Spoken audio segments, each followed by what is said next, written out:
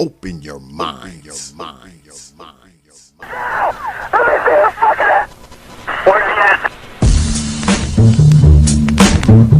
of power, hours of power, hours of power, hours of power.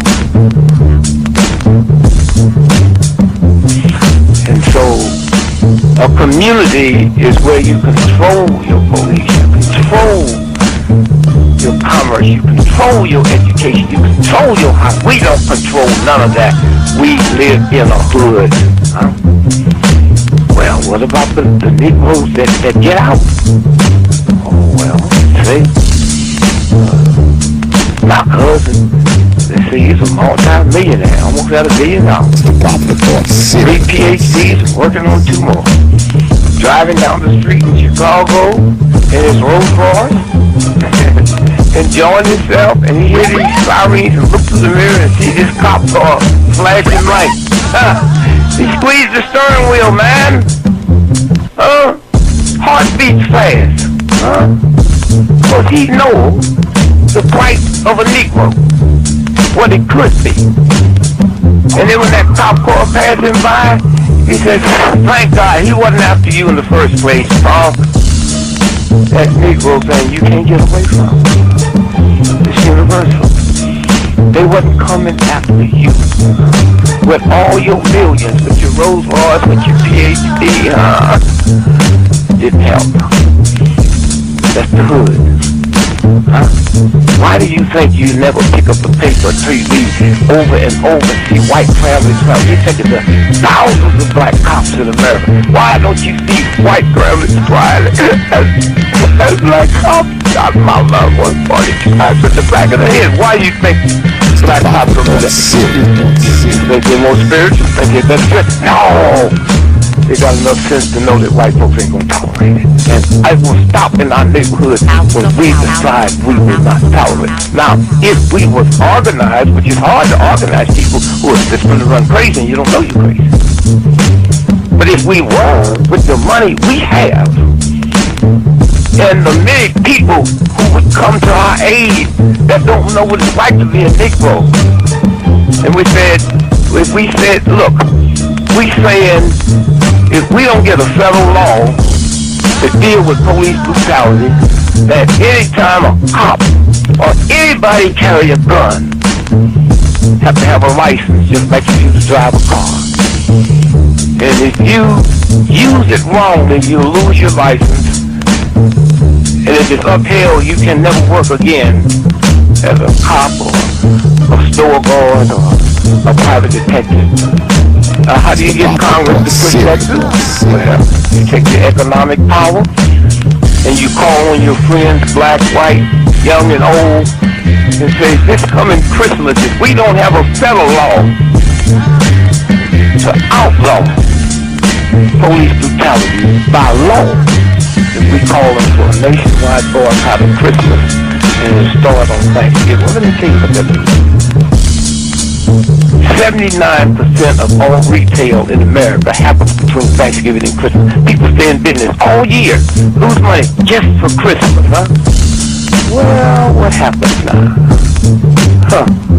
Factory Avenue, Toys R Us, Sears and Roebuck, Westinghouse. They will get the bill, and all they got to do is make one phone call and say, Harry, that's the senator, I want that bill pushed through in 3 days. Okay, it's an economic thing. It's that simple. But we have the power, but the system has wiped us out so bad. Hours of power, hours of power, hours of power. Van Taylor, Lincoln 6. Go ahead. Clear suspect down 10-4. That's 10-4. The officer's code 4. We have one suspect that's been shot. Open your minds.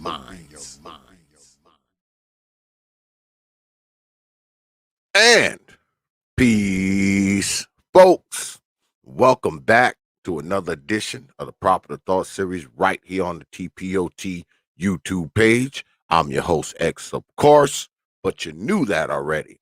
That's why your black asses are here.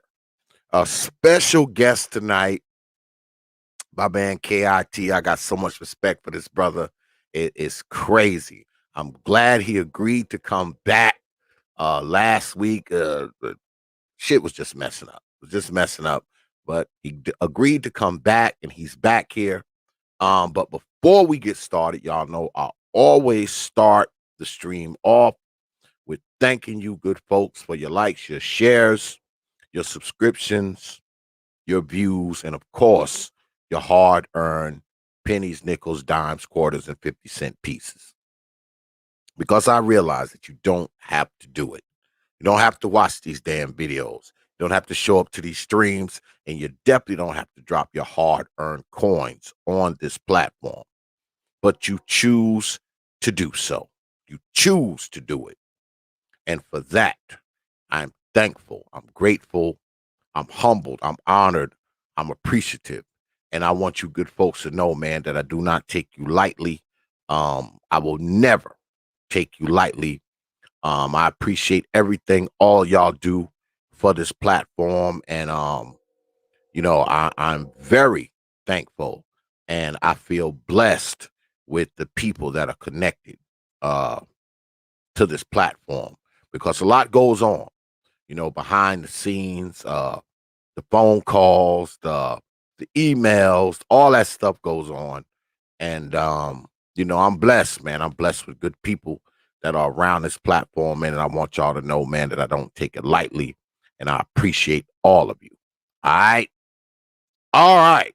So, without further delay, let me bring in the man of the hour, Brother KIT.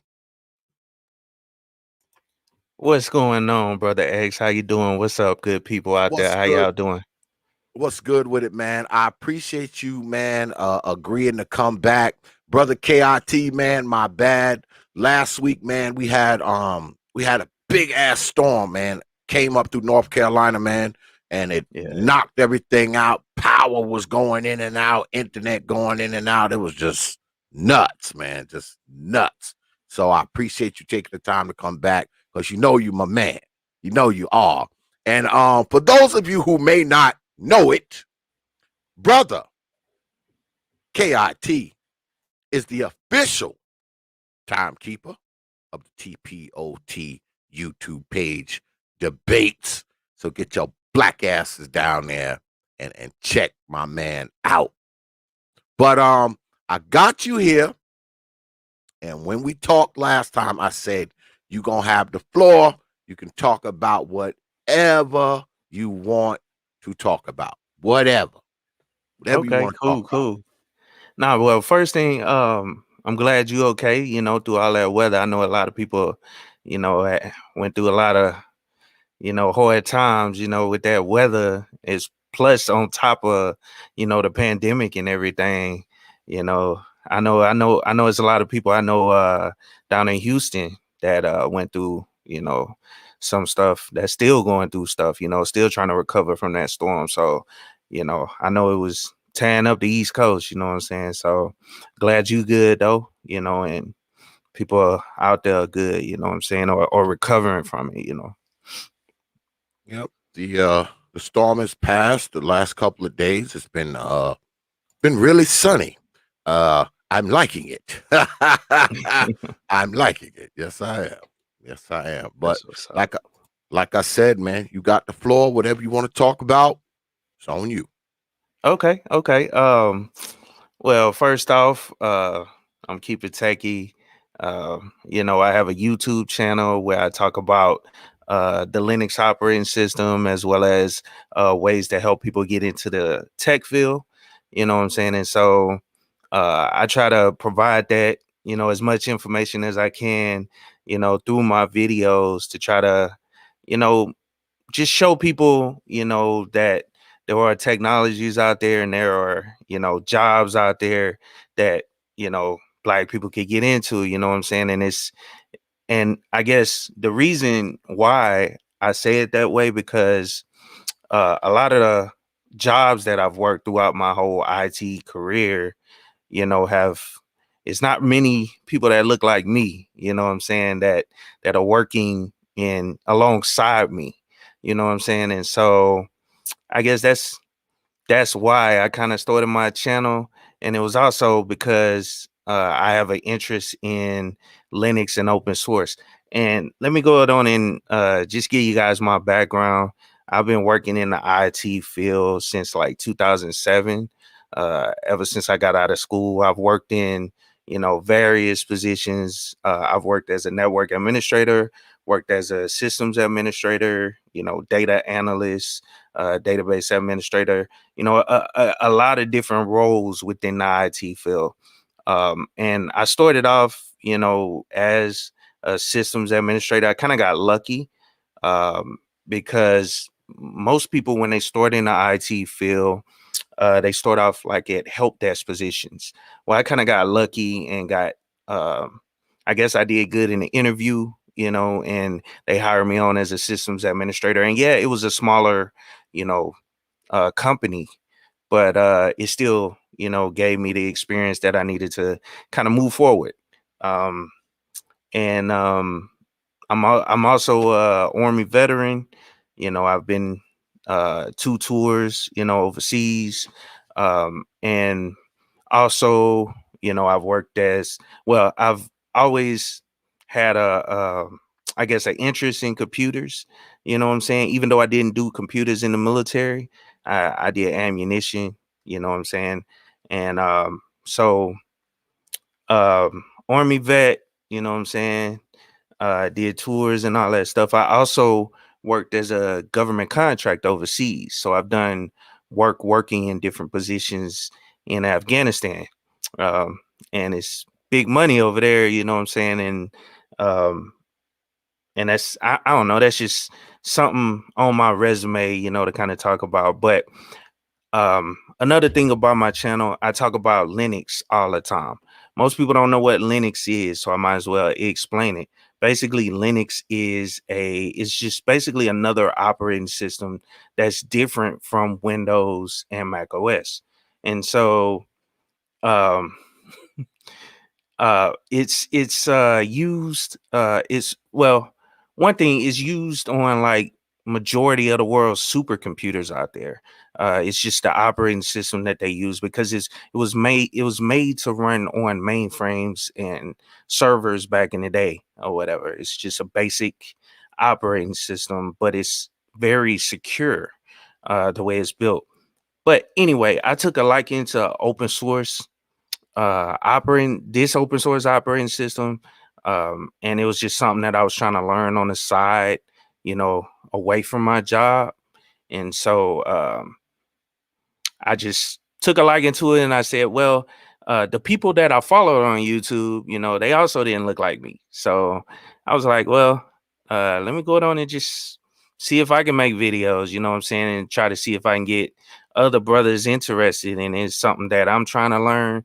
And throughout my journey or whatever of learning it, you know what I'm saying? It was a way to, I guess, get other brothers like me, or, people that are trying to get into IT field to actually learn Linux, because it's a good skill to have when working in the IT field, understanding how to work with the command line, understanding how to work with different applications, open source applications, as well as programming.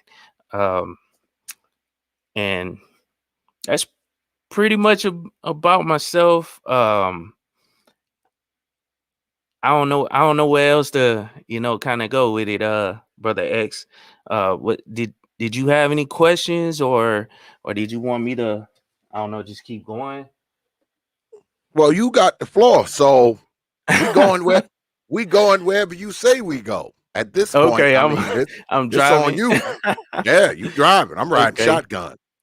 Okay, It's okay. on you. Well, one thing I'm planning on doing, I'll just talk about that. One thing I'm planning on doing in the future, I'm planning on releasing a course pretty soon.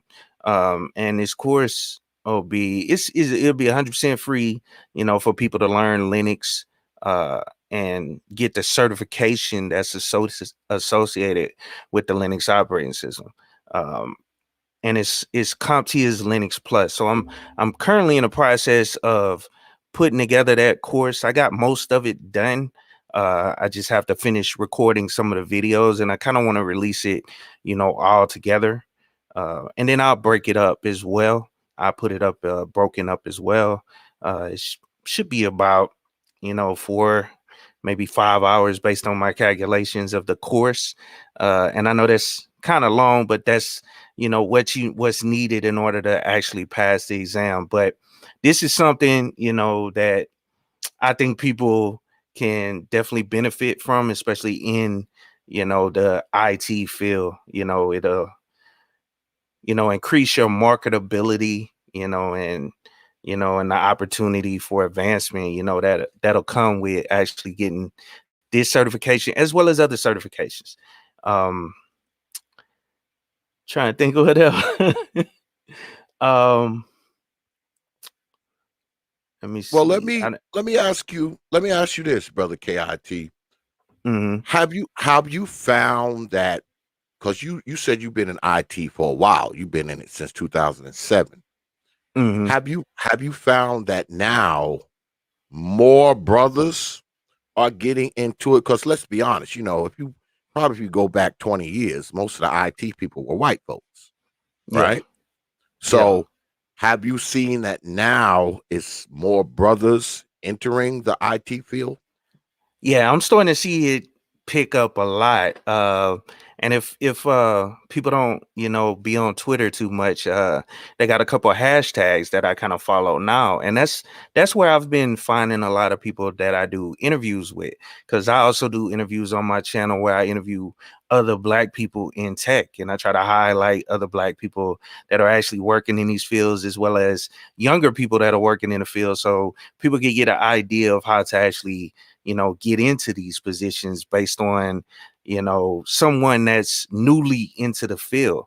Because a lot of my, I guess, information that I could provide is a little bit outdated, because it's, things are constantly changing, especially the way you interview. Certain things, have changed, and I have updated, based on that. But I haven't had to do a interview in a while now. You know what I'm saying?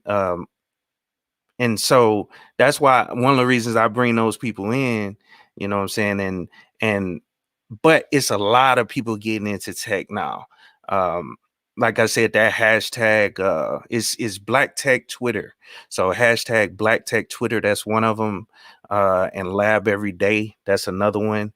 Where it's a lot of black people actually getting into the tech field and getting into cybersecurity, the whole hacker culture, um, that a lot of those white guys been doing for a while, but a lot of black people are starting to, kind of hop into it, which is super cool to see. You know what I'm saying? I never, most of the stereotype is, you think of a hacker, it's just some white guy with a hoodie on, you know, but it's a lot of black guys out there actually doing that same type of work. And what I mean by is there a couple different types of hackers. It's a black hat hacker, which is the person that does things illegally. And then there's a gray hat hacker that that's the way they classify it, like someone that actually works in the cybersecurity field, possibly, and also still dabbles in some illegal stuff. You know what I'm saying? And then there's white hat hackers. And these are the guys, the professionals, the guys that actually find vulnerabilities. They actually hack to protect. That's the whole goal behind it. You go into an organization, you try to hack into that organization and provide the company feedback on things that they need to change on their network or on their systems in order to prevent the bad people from actually attempting that. So I started seeing a lot of people, black people that's hopping into that field now on Twitter and different places that I've seen, like different YouTube channels as well, that I've starting to come across of young black guys that's actually getting into these fields, getting certified, and and pushing forward. So So what does, because I hear people, I watch your stuff, of course, mhm. and I've checked out a few others. Watching your stuff has made me want to, kind of look at other people's stuff. And you hear people talk about, the tech field and the IT field and cybersecurity field. Now, if a brother wants to get into it, what do they have to do? I mean, what does it take? I mean, do you got to go to school? Do you got to, you know, do you have to know how to type? Uh, do you have Yeah. to get certain certifications? I mean, if a brother came to you and been like, "Hey, brother KIT, I want to get into the tech field," what do you Mhm. tell them? Okay, so it's all depending on your skill level when you first get interested in it.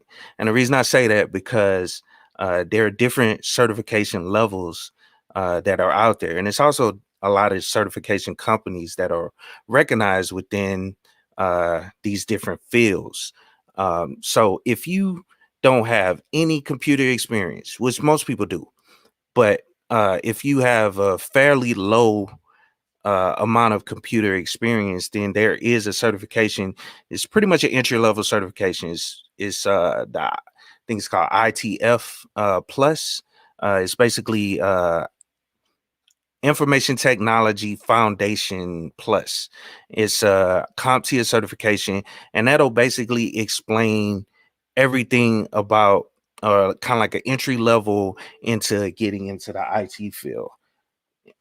And so that's, and I apologize 1 second. I'm actually running something for work as well. So I apologize for that. Um,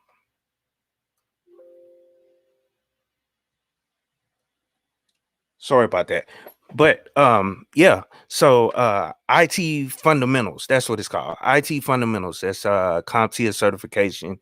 That is like an entry level certification. Then you go up from there. They have the A plus, which goes into software and hardware.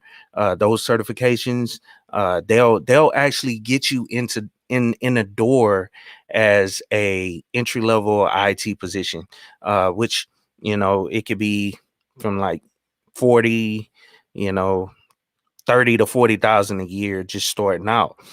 But with that being said, 30 to 40,000, the potential of the amount of money once you start getting more and more certifications under your belt, the potential of money runs up exponentially, very fast. You can, put a year in at a help desk, and then you can get pulled in under a project or pulled in under a different company where you're on. I mean, it could be anything from programming, it could be from systems administration, since proved yourself at that IT level or that basic level. Uh, and that a position as a junior systems administrator, that goes up 60, 70. you know. I've seen those positions, jump up, for those types of positions. So one thing I could say is go just start looking on YouTube. YouTube is a great resource to actually start getting into the IT field, because there's plenty of people that are actually working in these fields, and they have videos out here on ways to get into the field, as well as this will give you an idea of what you're interested in, because it's a whole bunch of areas within IT that um that you can actually go into, and certain areas you might not even like, what I'm saying? So because like programming, some people don't like programming, some people do. That's considered IT, database administration. That's working with a whole bunch of data and statistics and numbers. So some math is involved when it comes to that. Some math, but you can still do the work if you're average at math. I'm not saying you have to be some expert at math, but that's what entails on database developing and database administration, as far as managing data, different types of data. So um and it all depends on what you like for instance, and I'll give you this example. um when I started out as a systems administrator. Never thought about working as a database administrator, because that wasn't nothing I was interested in. When I first started IT, I was interested in managing a server, configuring servers and all that good stuff. But one thing I always developed in the military was working with spreadsheets. I've always been good with working with spreadsheets and doing the formulas and all that stuff within the spreadsheet. And so I end up taking a job in Afghanistan where it was a data analyst. So I was good at spreadsheets. I knew I could do the job. So I went over and did that. Well, that led to a database administrator job, which is totally separate from what I went to school for.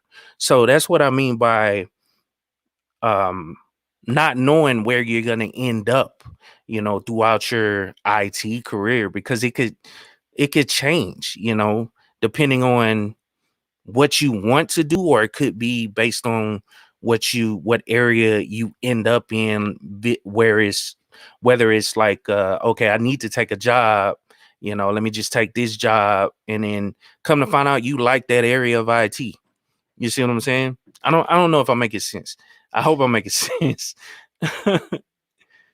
Yeah, and one thing about it, the IT field, it's one of the few things that you could actually do from home. It's one of those positions Mhm. where you can actually have, actually work it from home.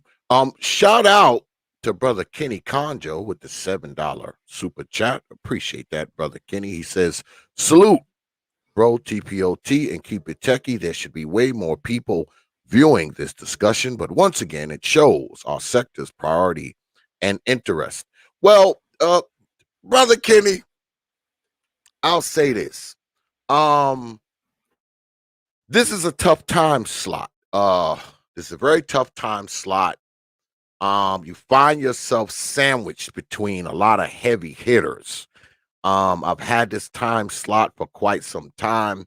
People have tried to get me to move from this time slot, and I'm old and I'm stubborn, and I've had this Thursday night time. I've been doing it these nights for about 3 years now. So this is the time I'm going to continue to do it. And, like I said, you get sandwiched in between the heavy hitters, so, and a lot of us share an audience. So, when the heavy hitters are going live, that's where the folks gonna be. So, I don't take it personally. It is what it is. I'm the type of dude, I like chopping it up with my folks. So whether it's 600 people in here or 6 people in here, I'm still gonna be right here on T.P.O.T YouTube page Thursday nights at 9 o'clock. I'll say that. Um, Appreciate that super chat, brother. Absolutely. Yeah, Um, salute to you, Kenny. yeah, Go yeah. ahead. Those are Though, my I'm sorry. folks, man. Those are my Yeah. folks, man. For the record TV. Actually, they were here. Uh for the record TV was here last week, the same week you were supposed to be on. Um, Hmm. they were here Saturday. Yeah, they were here Saturday, chopping it up. I'm actually gonna go down there and talk some shit with them probably this week. Yeah, go down there and make all the subscribers mad at me and shit. But let me let me ask you this. I said, the IT field is a field that folks, can work from home, which makes it Hmm. good. But I think what people need to understand is that um, you got to know how to read and write, y'all. Uh, that's going to be a requirement. Uh, Definitely. if you can't read or write, stay away from IT. Just get you a job digging ditches or some shit like that, or I don't know, shoveling snow or some shit. But you got to know how to at least read and write. But let's talk about the typing, because not everybody's the best typer. Myself, I'm not the greatest typer. Luckily, I don't have to do a lot of typing, or I'd be screwed. Um, so what about the typing aspect of it? Say, okay, I want to get into IT. I know how to read. I know how to write. I can do math, but God damn it, I can't type. I got 2 left hands. Now what? Well, that's the thing. And I'm kind of glad you brought that up or whatever, because I remember taking a typing class when I was in high school, um, but never needed it since.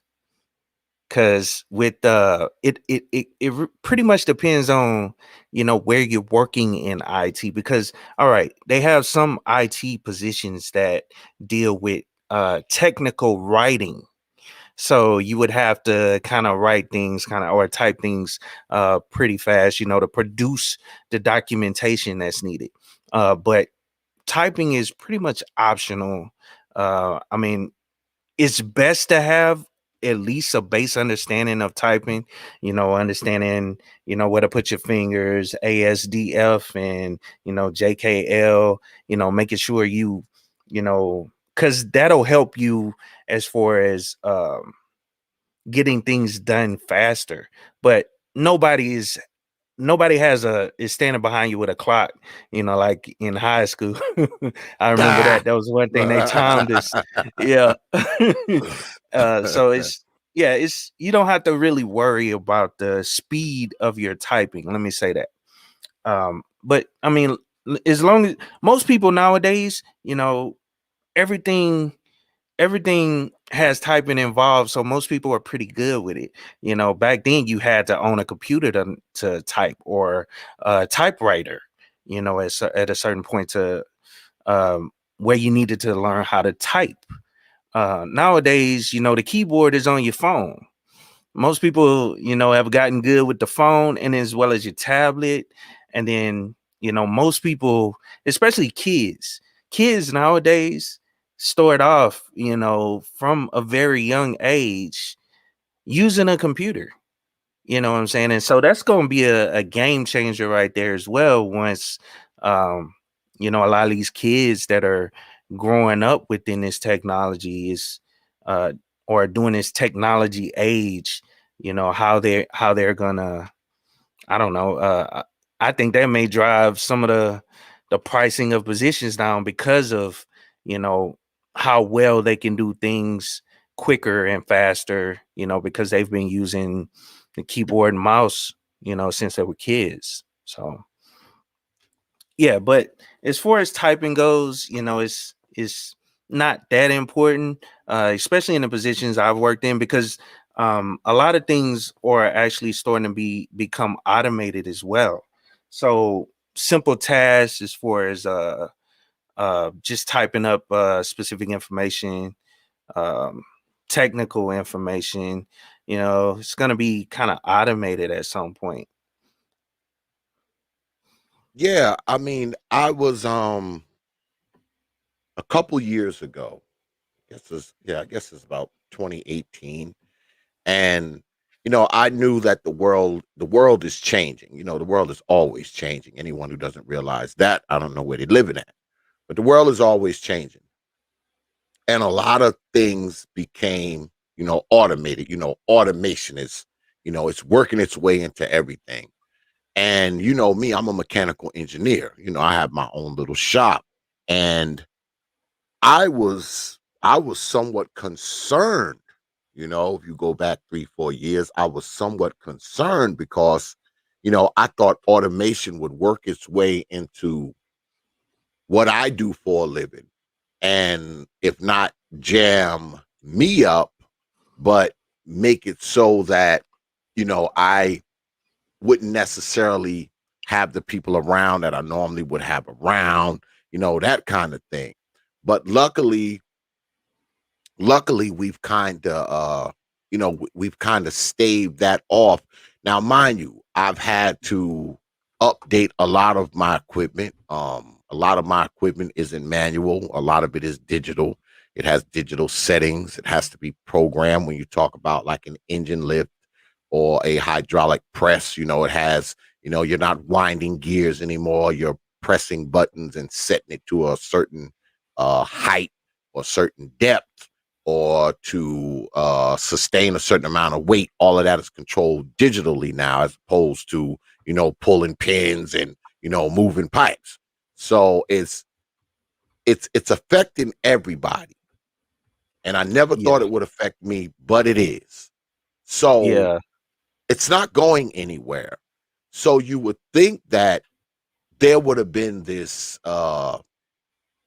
this rush into the IT field, especially, with the COVID thing going on. You would have think that, they would have been beating down, the IT door, trying to get up in there because, like I say again, it's one of the things where you actually can kind of operate, from your house. Did you see that? Did you see an influx of it? Because you said that more brothers are getting into it. Did you see more of an influx of it since this coronavirus, COVID-19 thing hit? Did you see like a wave of people, coming to you like, yo, keep it techie, man. You gotta put me on. Did you have that experience? To be honest, not as much as you would think.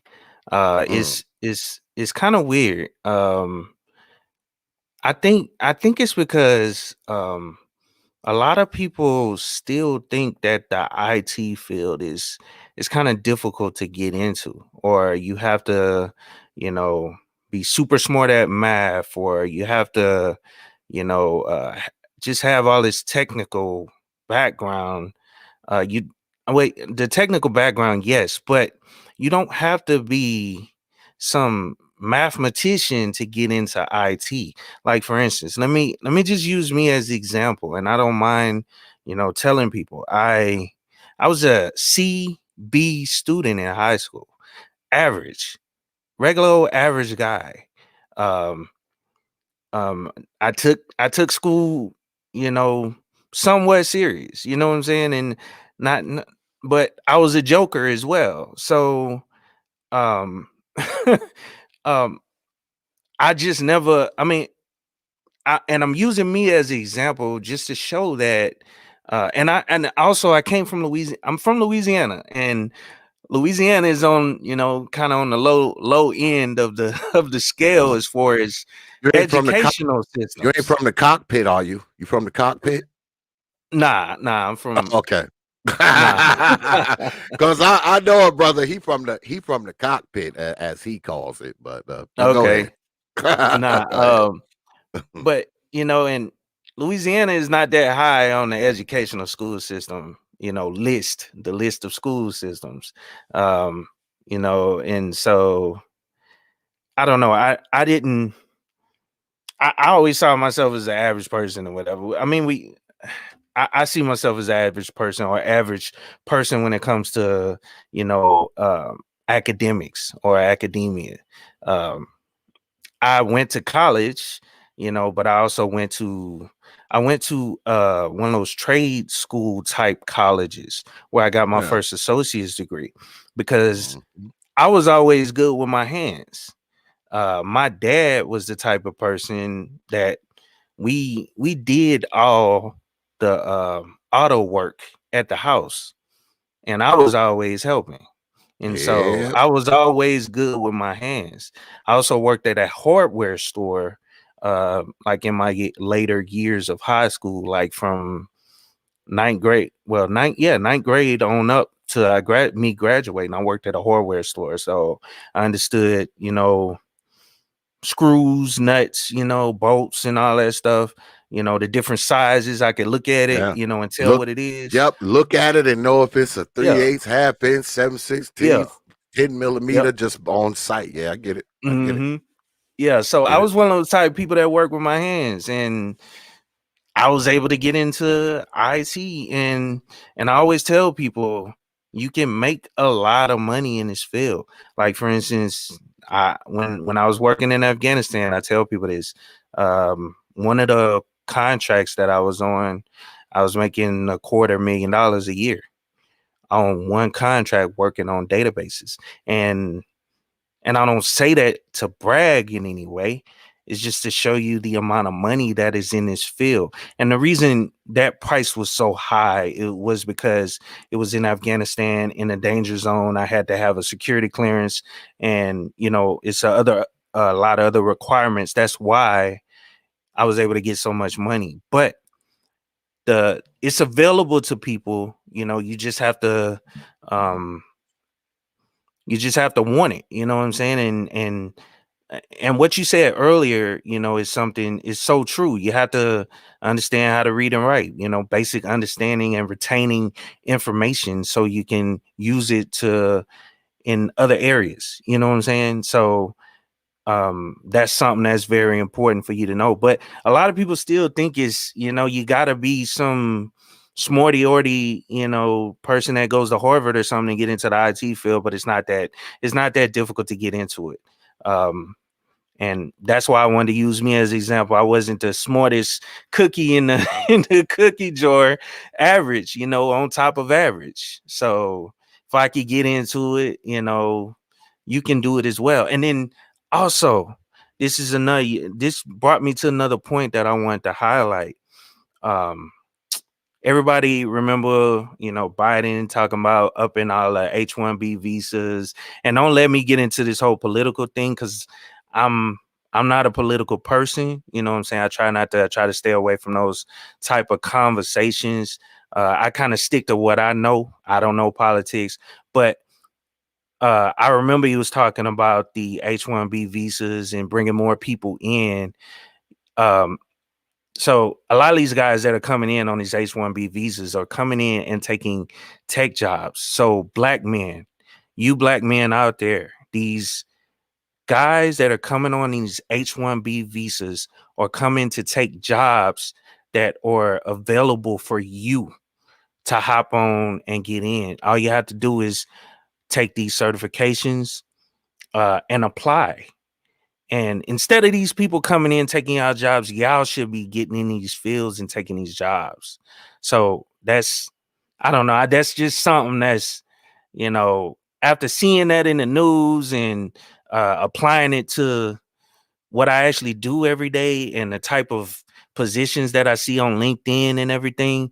You guys, it's plenty of jobs out there for you guys to hop into. You just got to get certified and apply for the positions, man, because it's a lot of money out there in this IT field that you can obviously take advantage of. So that's a thing now where they're coming in Yep. from other countries and taking jobs that brothers can go ahead and get. When you talk about when you talk about getting certified, how much time are we talking about? To get certified. How much time are we talking about? Okay, so I'm gonna use Tech.G as an example. I know G Lowry. He has a tech channel, and he walks through the training for that IT fundamentals course. It's like 30 videos, and this will get you prepared. And he also has the notes. I think he sells extra stuff and practice tests on top of it. But the full course to take the IT fundamentals exam, which is one of CompTIA's exam, and it's certified as or it's not certified, but it's authorized or looked at as a certification that's I'm trying to think of the right word. I forgot the word.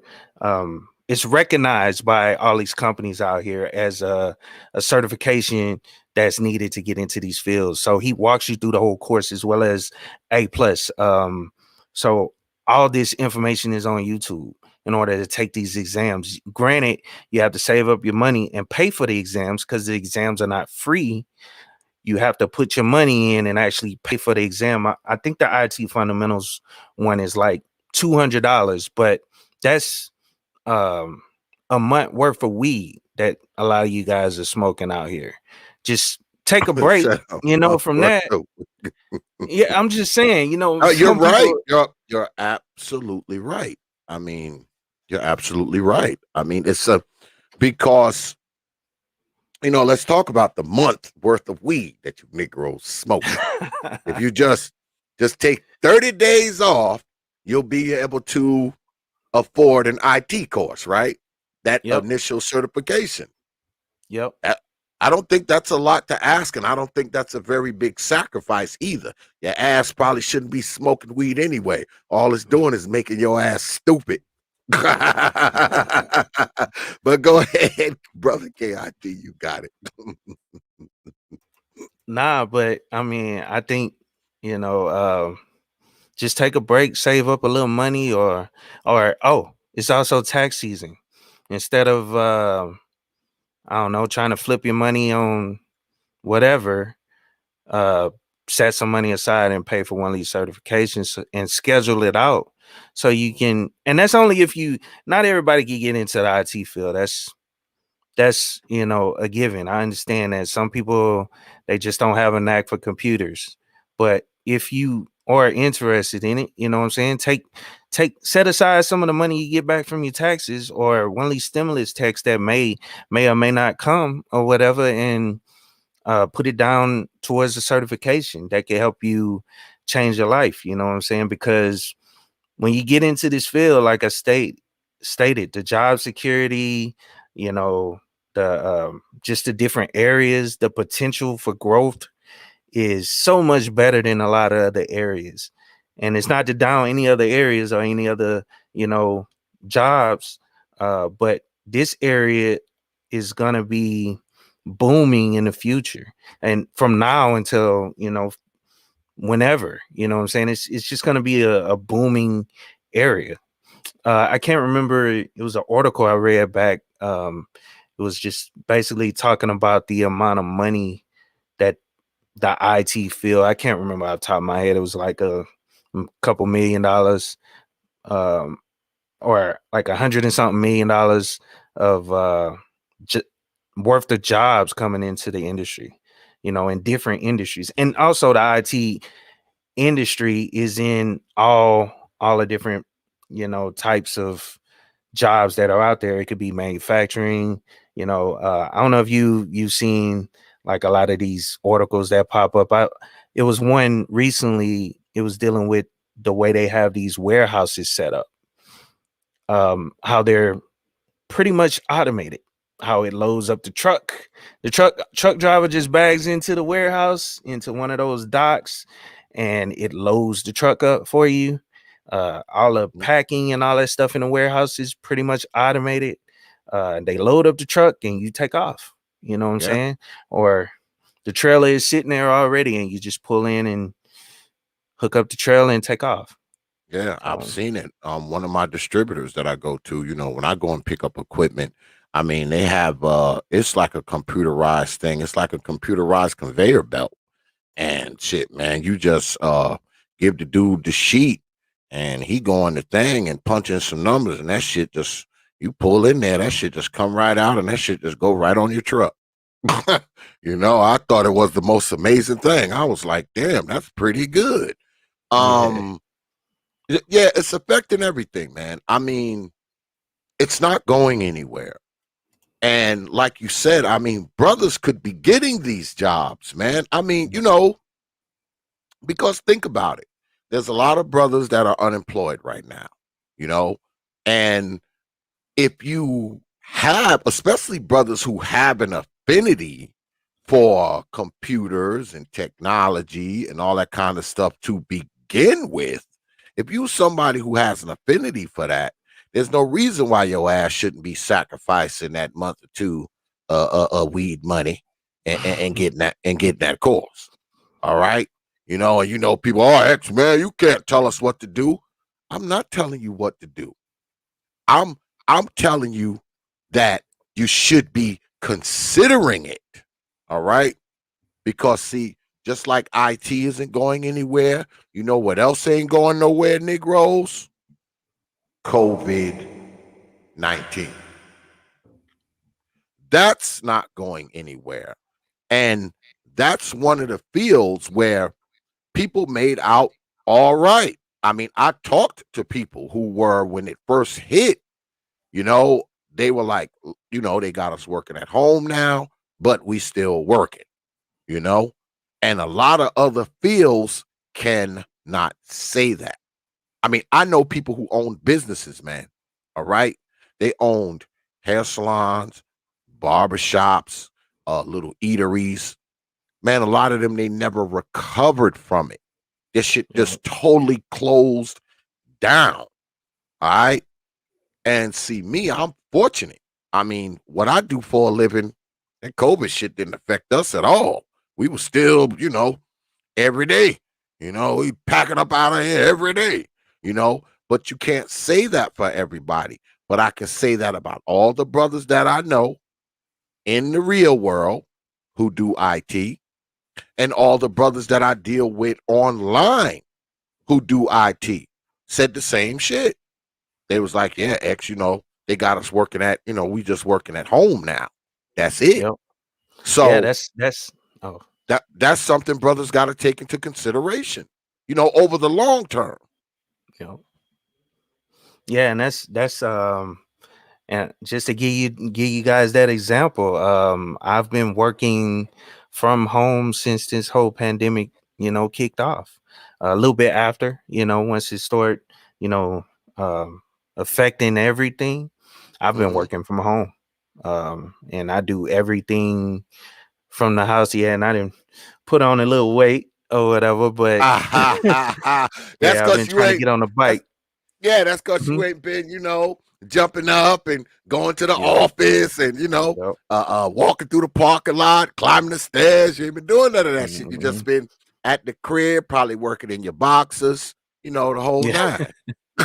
Yep, yep, yep, yep. Yeah, man. But Yeah.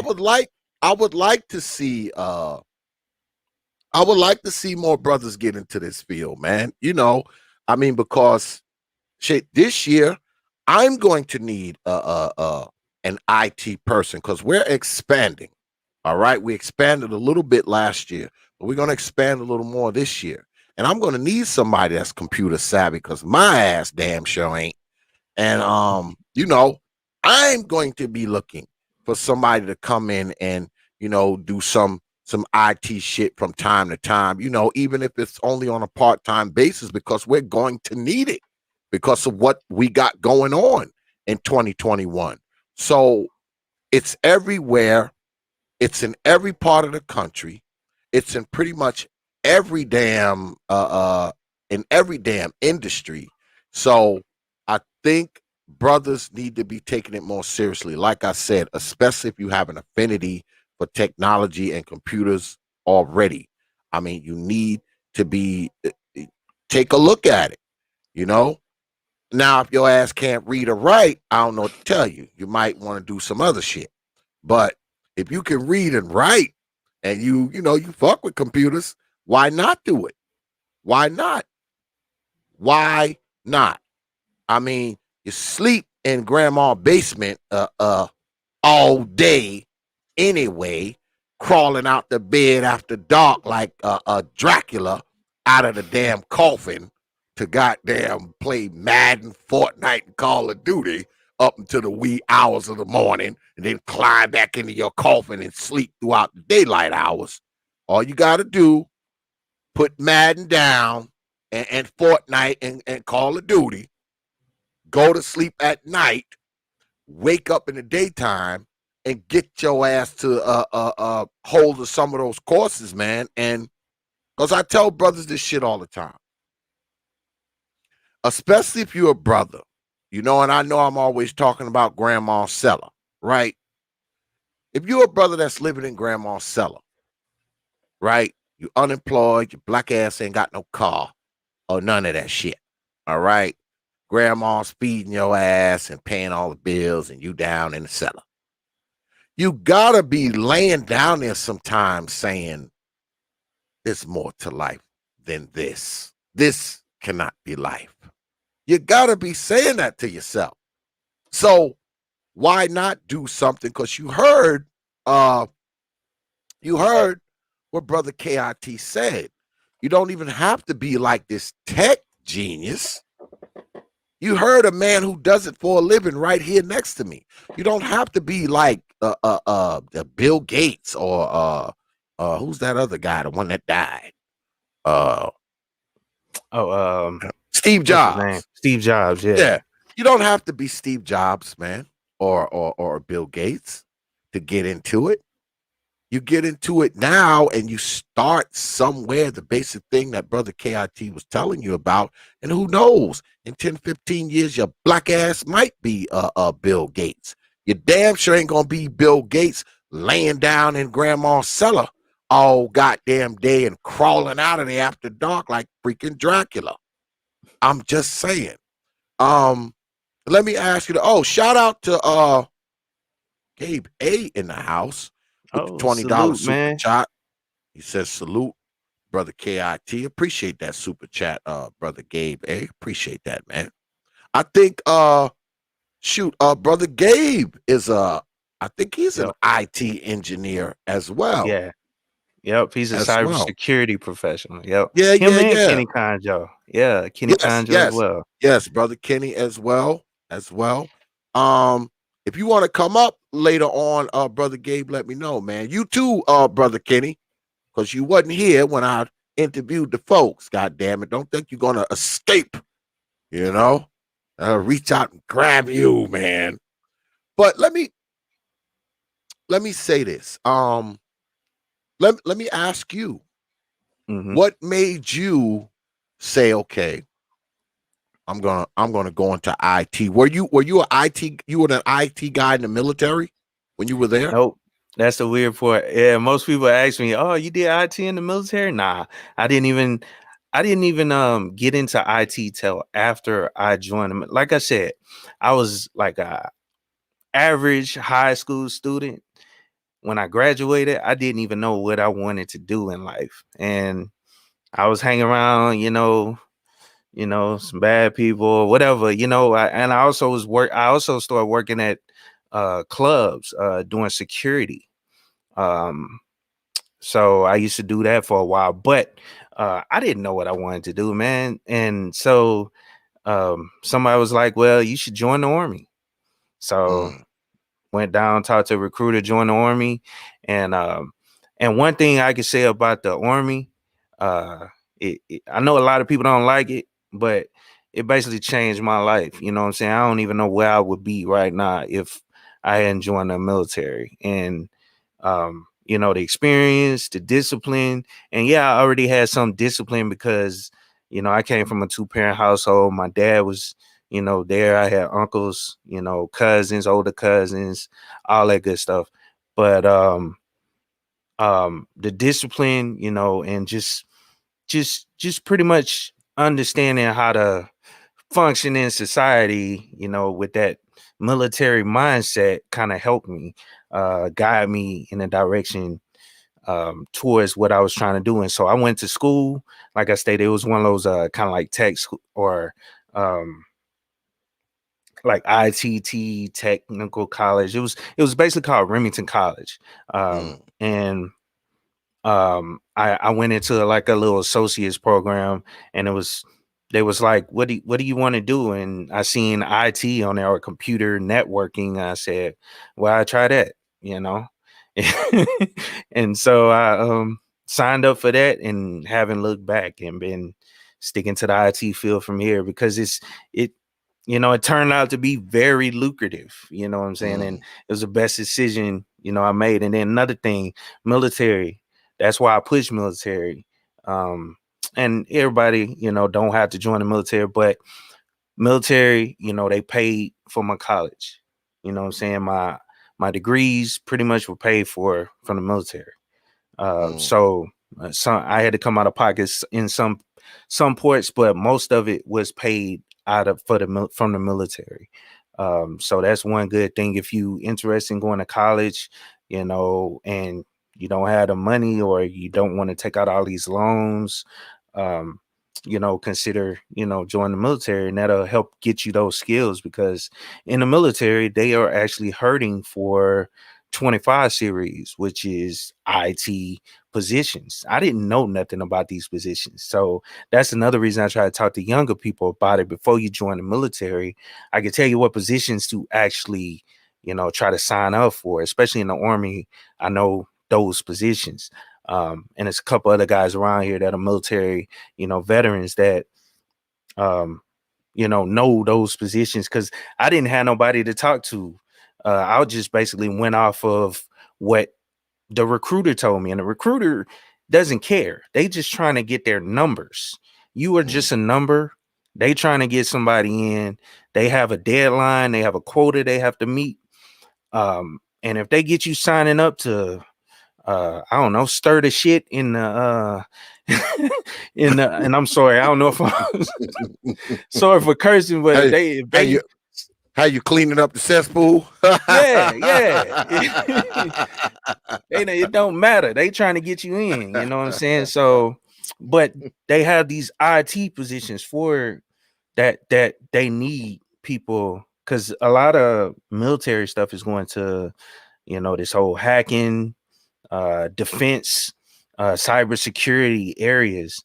And so they need a lot of those positions. Most of the positions are, kind of, that's where the whole contracting thing comes in, where a lot of they hire civilians to come in, but they need internal military guys that understand this as well, so they can run the defense contracts. So you can get in and see both sides of it. You can get into the military, get that clearance, as well as work in some of those positions where you see how they're doing the IT defense or cybersecurity defense warfare. You can see it from the military side. And once you got that clearance, the outside is big money. They rather hire people that are prior service, because you already have a clearance. They don't have to spend money for you to go through that clearance process, because the DOD already paid for it. So you're already a step above any other civilian person out there. And so they'll hire you on quicker. And that's how I was able to get in, because I had that clearance. And so hold on to that. If you get in the military and you get that clearance, hold on to it. Try to get a job that uses that clearance. You know what I'm saying? But anyway, I'm kind of talking too long, but No, you're yeah, not. You okay. you got the floor tonight. I mean, say what you want. Say what But you yeah, want. man. But yeah, you can get into that military contract and see the other side, where you'll get paid lucratively, on that side. So Yeah, because you said when you were, and the opportunities aren't just here.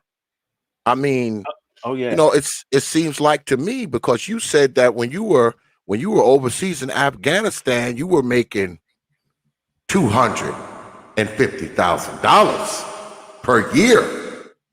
So Exactly.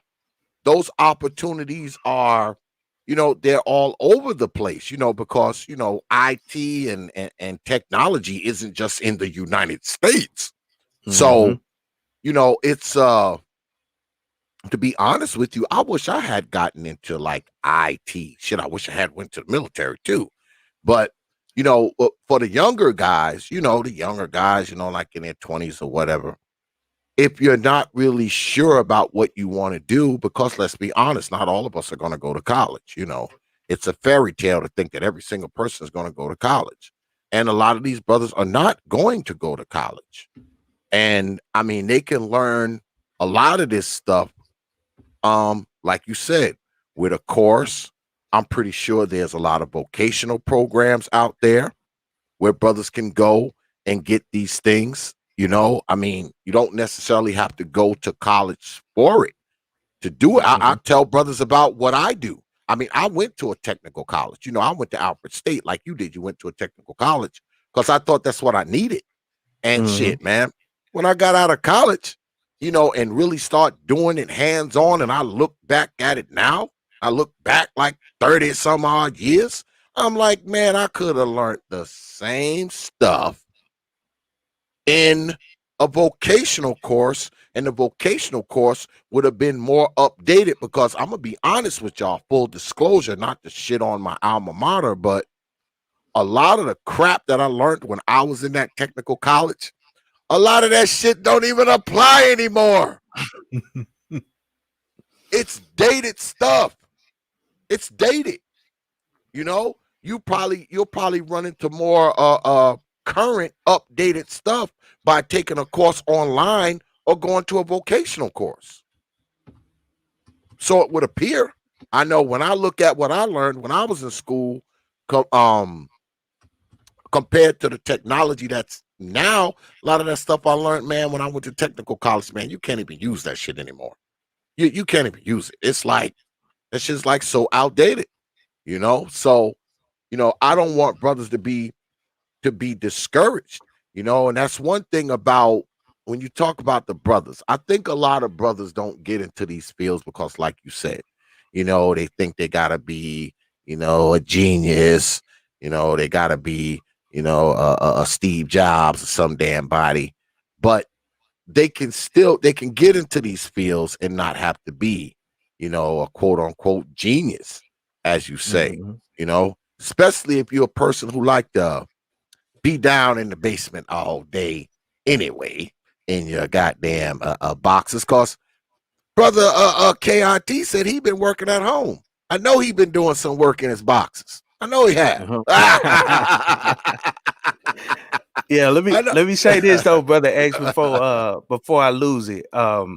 And this ties into what you saying. A lot of we hear all these guys on here talk about, like the traveling guys, and the SYSBM and all these other groups or whatever. We hear these guys talk about this stuff. Oh, I'm planning on going overseas. I'm planning on going overseas and do this and do that or whatever. I'm gonna get me a woman from overseas. Well, the IT career can help you out with that. Like you brought up about um, guys that have traveled for this type of work and that this work is all over the world. Well, I know plenty of guys that have actually been living overseas, expats, guys that were in the military or working as government contractors, and they live in Bahrain, Kuwait, they live in Thailand, and they travel to these different jobs in different bases throughout the world that where they make a whole bunch of money, you know what I'm saying, and they got they wife from a different country or whatever. I know a lot of these guys personally. I interviewed one of them on my channel a while back. He's been working in Afghanistan and living in um he has a house in the US as well, and he don't mind me talking about it, but he has a house in the US, but he's been working in Afghanistan for close to 10 years, and he's been all over the world, and it's it's so much to see, and all the stuff, all the pictures he's shown me. He's been traveling for years, for 10 plus years doing IT work. He's a network administrator, makes, over six figures um, doing this type of work in IT. He doesn't have a family. He does travel to all these different areas. You know what I'm saying? So um, the I guess what I'm trying to say is, it's a big world out there, and IT can help you get to it. All you guys that are talking about these different things, they're talking about, that's why I'm trying to go somewhere and find me a woman or whatever. The IT field can help you do that. So that's all I wanted to say, X. Yeah, if you're willing to jump on a plane to go get some snacks, you better look like jumping on a plane and get one of them $200,000 jobs they got. Yep, exactly. Yep. Because, man, look, let's be honest, man. We all on media and we all here to talk and we all, hear the talking points of what's going on. But oftentimes, what we don't hear, all right, and this is not to slight anybody, all right, what we often don't hear is roads that lead to opportunity. What we often don't hear is roads that lead you out of grandma's cellar. What we often don't hear is, roads to keep your ass out of poverty. We often don't hear those things, you know, and people often say, well, we take, YouTube seriously and YouTube is this and, YouTube reaches brothers and all this kind of nonsense. Fine. I'll bite. I will concede that argument.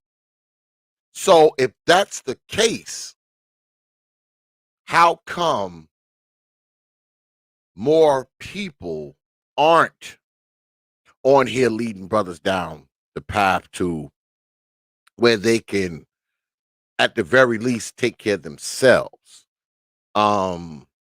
Because when you think about it, I say again, a lot of brothers lost their jobs during this COVID-19 shit, right? And nothing messes with a brother more than losing his income, especially when he has a wife, children, that he's responsible for. That's a heavy hit. All right. Been there, done that. All right. I've been there and done that. You lose your job. You're trying to figure out what you're going to do. You're scrambling to get the next job and all that kind of stuff. And it seems like to me, this IT stuff is a very secure job. Is IT as secure as I think it is, brother KIT? Yeah, it's and the what makes it secure or makes your position secure is how well you do your job. So it's all dependent on you. You know, it'll root out the weak. It'll root out people that are really not really don't understand what they doing, or they faking it, trying to fake it till you make it or whatever. It'll root you out eventually. If you don't know what you're doing, someone will find out and you'll quickly get replaced. So that's why it's important once you get into these fields to actually continue to continue to learn and get better and start hopping on new technologies as it comes out, so you can stay marketable in this field. Because yeah, it's across the board as far as all jobs go.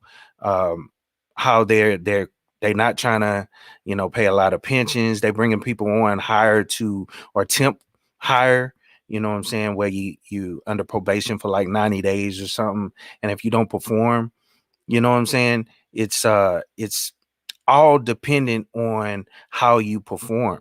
So I mean, they want the best of the best, you know what I'm saying? People talk about how competitive they are, you know what I'm saying? That's one thing. You got to stay ahead of the curve.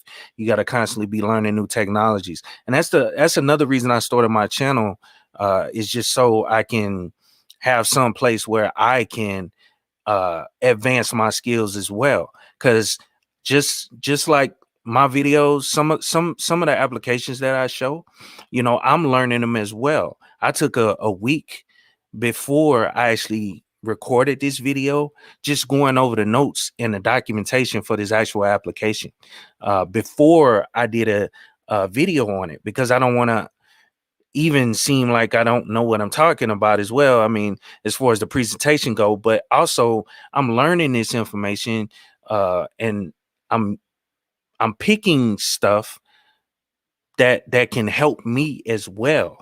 You see what I'm saying? So um a lot of my videos, kind of are tailored to things that I'm interested in and things that I'm trying to learn and help me with my career as well as help other people.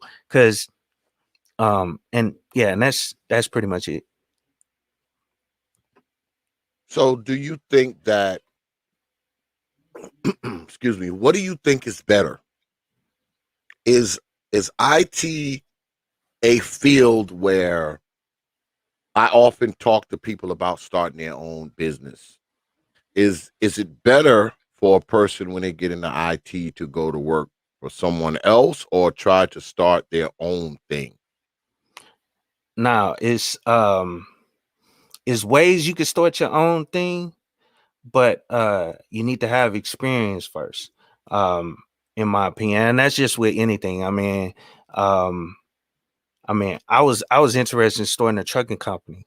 And so the first thing I immediately thought to do, and this was years ago, but um first thing, that hopped up in my head, well, I need to learn how to drive trucks first so I can understand. Because I was actually looking at partnering with somebody on this, and we were going to put our money together, buy some trucks, and just try to hire people to actually drive the trucks. And I was like, it probably be best if we learn how to drive the trucks first and then start hiring people so we understand how everything actually works. And I still don't know everything about the trucking industry, but that that's I'm trying to remember where I was trying to go with that. Oh, but yeah, that's one thing you want to know. You want to at least work in the field before you try to pursue a business in the field. And then also you could work in the field and pursue that business on the side as well. And the reason I guess I stated earlier that you want to is two ways is you can get into government contracting, which is something that I eventually want to do. In IT. And what I mean by contracts, I'm not talking about just individual contracts. I'm talking about actually bidding on contracts, using a business. That's a great way to break in to the IT field as a business. I know a couple people, so I've been gathering research over or gathering information over the years from different people that are actually doing this. But it's plenty of people out here with small businesses that are hired on as subcontractors under main contracts with the government to handle specific tasks. And you can bid on those contracts and create a business that way. Um, but initially, I guess what I'm trying to say is initially, it's kind of best you start by learning, especially if you don't have a background in IT, learning by working for someone. Um, in my opinion. Mm. Well, let me ask you about this because I'm a mechanical guy. So, Mhm. is there? Do you think that is there a market for brothers to get into the uh, system maintenance? Computer repair. Is there a Mhm. market for that? Yeah, yes and no. And the reason I say no because a lot of computers nowadays, especially laptops, tablets, and all that stuff, they're only made to last a certain amount of time, and then that's because they want you to buy a new one. But also, they make it difficult to actually work on them, especially when you talk about like Mac computers or some of these laptops. They are still open to allow people to repair and create businesses doing that. There is a guy named Louis Rossman that has I think that's his last name, Rossman or Rossman. I remember I know his YouTube channel, but he has it's called the Rossman Group. Yeah, something like that. But they have a business, and it's a white guy up in New York, and he repairs Mac computers. And he's been fighting with Apple on the right to repair and all that stuff. So it's I know with Mac computers, it's hard to actually get into it and actually do it, but the computers are becoming so cheap nowadays, or laptops, that it's just um, the amount of money that you would get for repairing it is not worth it because the people could just buy another laptop, especially when you talk about those Chromebooks and the smaller tablets that people are starting to get now. It's just easier to just buy another one. And they make those computers. They starting to make the computers now where the hard drives are soldered into the hard board. So you like before they used to have that the hard drive, the cylinder hard drive, the regular cylinder spinning hard drives. They are using flash memory now, um, or flash. I forget what it's called. SSDs, solid state drives, where your data is actually stored and it's soldered on the motherboard. So the only way to get your information off of it, especially if it dies, you have to unsolder the SSD off of it and then hope you find a connector to connect to it without frying it to get your information off of it. because they want people to use the cloud nowadays as well. That's another. And I'm sorry, I know these answers can go kind of long because there's so many different, I guess, answers to these questions. You know what I'm saying?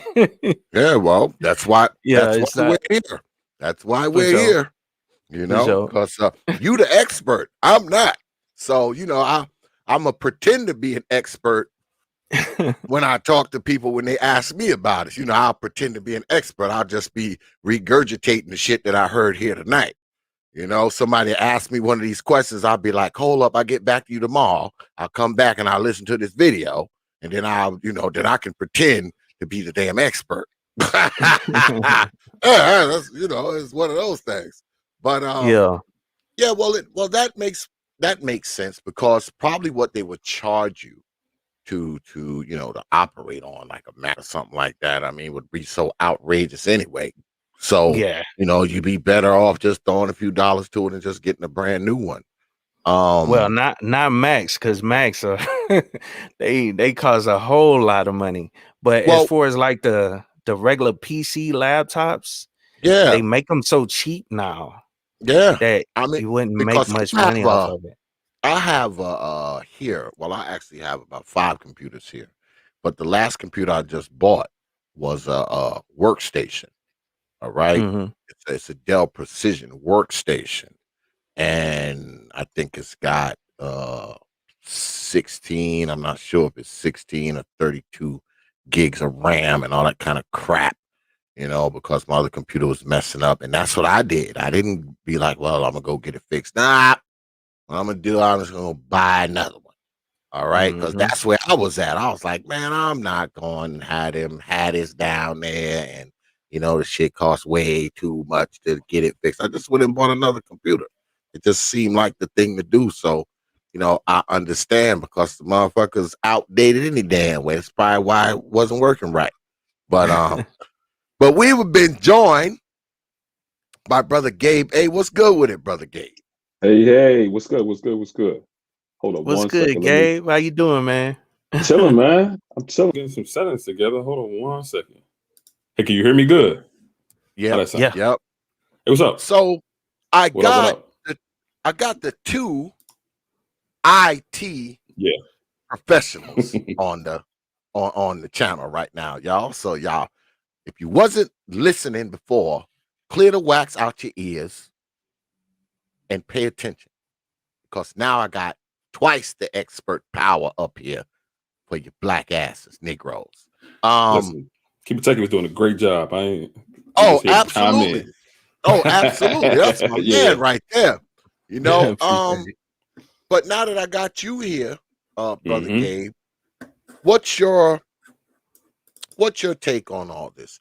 Do you think is it a good idea for brothers to try to get into the IT field? Yeah. Do you think it's a good idea? Yeah. I mean, I think that T.P.O.T has expressed how like all of the benefits, or a whole bunch of the benefits, right? But I do think that yeah, man, I think that people should get into it. I don't think that there's anything that's stopping people from becoming more successful in this field, especially black people.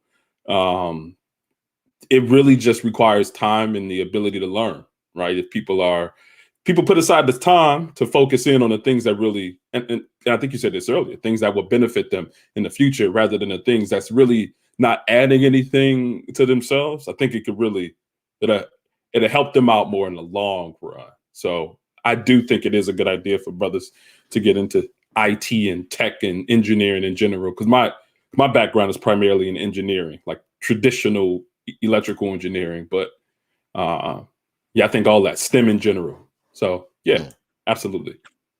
Well, let me ask both of you, Brother Gabe and Brother KIT.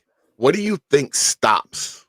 What stops us? What makes it so? Besides not being able to read, write, or count, that's already a non-starter. You can't do shit if you don't know how to do that.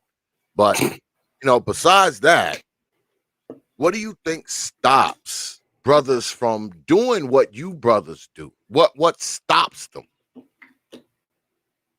So you go ahead, keep it tech. You start off, and You know, Oh yeah, follow up. it's I don't. To be honest, man, go ahead, Gay, Yeah, because yeah, I yeah. can't think. I mean, I was thinking like kind of like what I stated earlier on people thinking that it's very difficult to get into, or you got to be some expert. That's why I didn't want to repeat it. So go ahead, Gabe, with I your think thoughts. I think that we're way too preoccupied with the wrong stuff. I think Oh that yeah. when we are so focused in on things that, like I was saying before, things that don't benefit us, right? I get it, right? Relationships are important, right? Relationships with the opposite sex, relationships with our children and family and friends and whatnot. I think all that stuff is important, but that can't be, if we're trying to be successful and move things forward, that can't be our primary concern. And I just think that a lot of times, and I think it's very evident in the mental sphere that the space kind of prioritizes the relationship aspects between men and women over that of things that would propel them in a career field. So I think that's the biggest one that I see. So And yeah, shout out to brother Yeah. Kenny Conjo again man. with the $5 super chat. He says we need a good stream with Gabe A, Keep It Techie, Professor Black Ops, G Dizzle, and others. So basically, what you're saying, Yeah. brother Gabe, Uh-oh. you're a very articulate brother. Really? X doesn't articulate as much. So what you're basically saying is, if Mhm. there was more holes Uh-oh. involved with tech and cybersecurity, and maybe if a few of them were dancing around promoting it, that might just get a few brothers into it. Is that what you're saying, brother Gabe? Listen, I ain't say that. You said that. Nah, you ain't about to put that on me. I didn't say that one, but I think it would attract a lot of brothers to it, honestly. But I don't. But I don't think it's the solution, right? I think it is because like I really don't know what the solution is for a lot of brothers, honestly.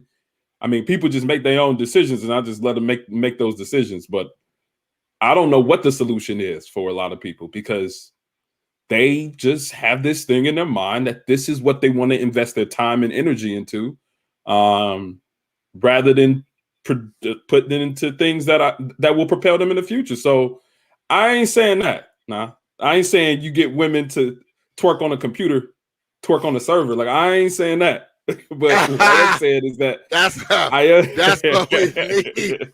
That's I ain't what we saying need that, to happen, though, brother Gabe. I'm telling man. you, Yeah, because we often, we're gonna have a little sidebar now. sure. Because we often talk, with like you said, there's a lot of stuff about relationships and Yeah, how to deal with women. Women are talking about how to deal with men, and yeah, all this kind of stuff, game, macking, all this kind of nonsense. Now, and that's fine. I mean, people are allowed. I'm aligned with a lot of these dudes. I'm cool in the gang with them. Some of them even have my personal phone number. But what concerns me is that a lot of brothers, not so much of the material that people put out. I mean, because you can put out whatever the hell you want. Likewise, you can watch whatever the hell you want. But it seems like to me that we have enough brothers who are disenfranchised, unemployed or underemployed, if you will. And it seems like, this tech stuff is a way to kind of pull brothers up. It would pull a lot of brothers up out of that, and that's what I would want to see. I would want to see a lot of brothers pulled up out of, poverty, grandma Sella. I want to see those brothers up out of that crap. That's what I would want to see. Nothing would please me more. Well, a big box of Cuban hibitos would probably please me more, but nothing would please me more besides those box of Cubans to see an influx of brothers not only turning their life around or improving their socioeconomic status, it would be nice to see a lot of brothers in these fields. It would be nice to see you know, brothers, you get the stats, and you'll see how all these brothers are entering this field. The brothers are taking over this field, sort of like the NBA.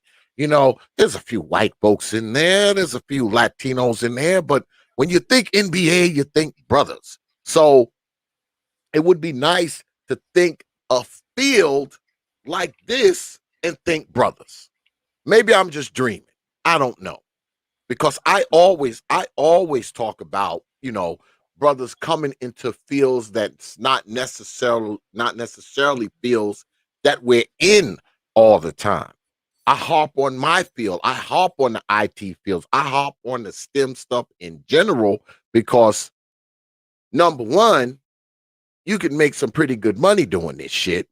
Number two, a lot of these fields are recession proof, COVID proof. I mean, because I know folks, like I was telling Brother KIT earlier, man, their businesses failed because of this COVID stuff, because they had to have it closed 2 months, 3 months, 4 months. And a lot of those people never recovered. And it would be nice to see brothers in some solid fields, man, where they're making good money, all Yeah. right, and can be proud of what they do for a living, man. It would be Yeah. nice to see. That's all I'm saying. Yeah, You know? and Gabe made a great point. It's all on how you spend your time. Yeah, you see me in a lot of these manosphere chats. You see my name in there, uh, talking or conversating, but I'm always learning. If I wasn't on this live stream with you tonight, Teapot, um, I would be on here either looking at something IT related or listening to something while I'm actually working on something, I don't know, from work or whatever. It's like a mindset once you get into this type of field. You have to kind of change your mindset where um you constantly want to learn because this field changes so frequently. New technologies are constantly coming out, and you got to stay ahead of the curve in order if you want to be successful.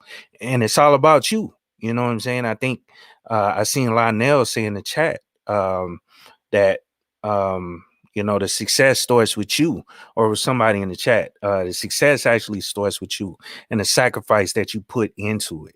You know what I'm saying? So you have to, I don't know, make that change in your mind to actually want to succeed in it. So Yeah. I that's all I agree. want to say.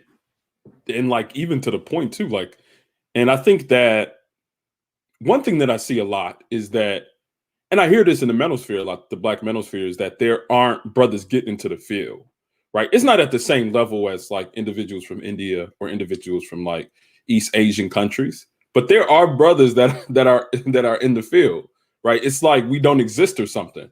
But like, I mean, and Keep It Techie can attest to this. There's brothers who have YouTube channels, pretty large following YouTube channels that are speaking about tech. So like, I know a brother named Davin Jackson who does literally a live stream every single Thursday on cybersecurity with all types of different cybersecurity practitioners.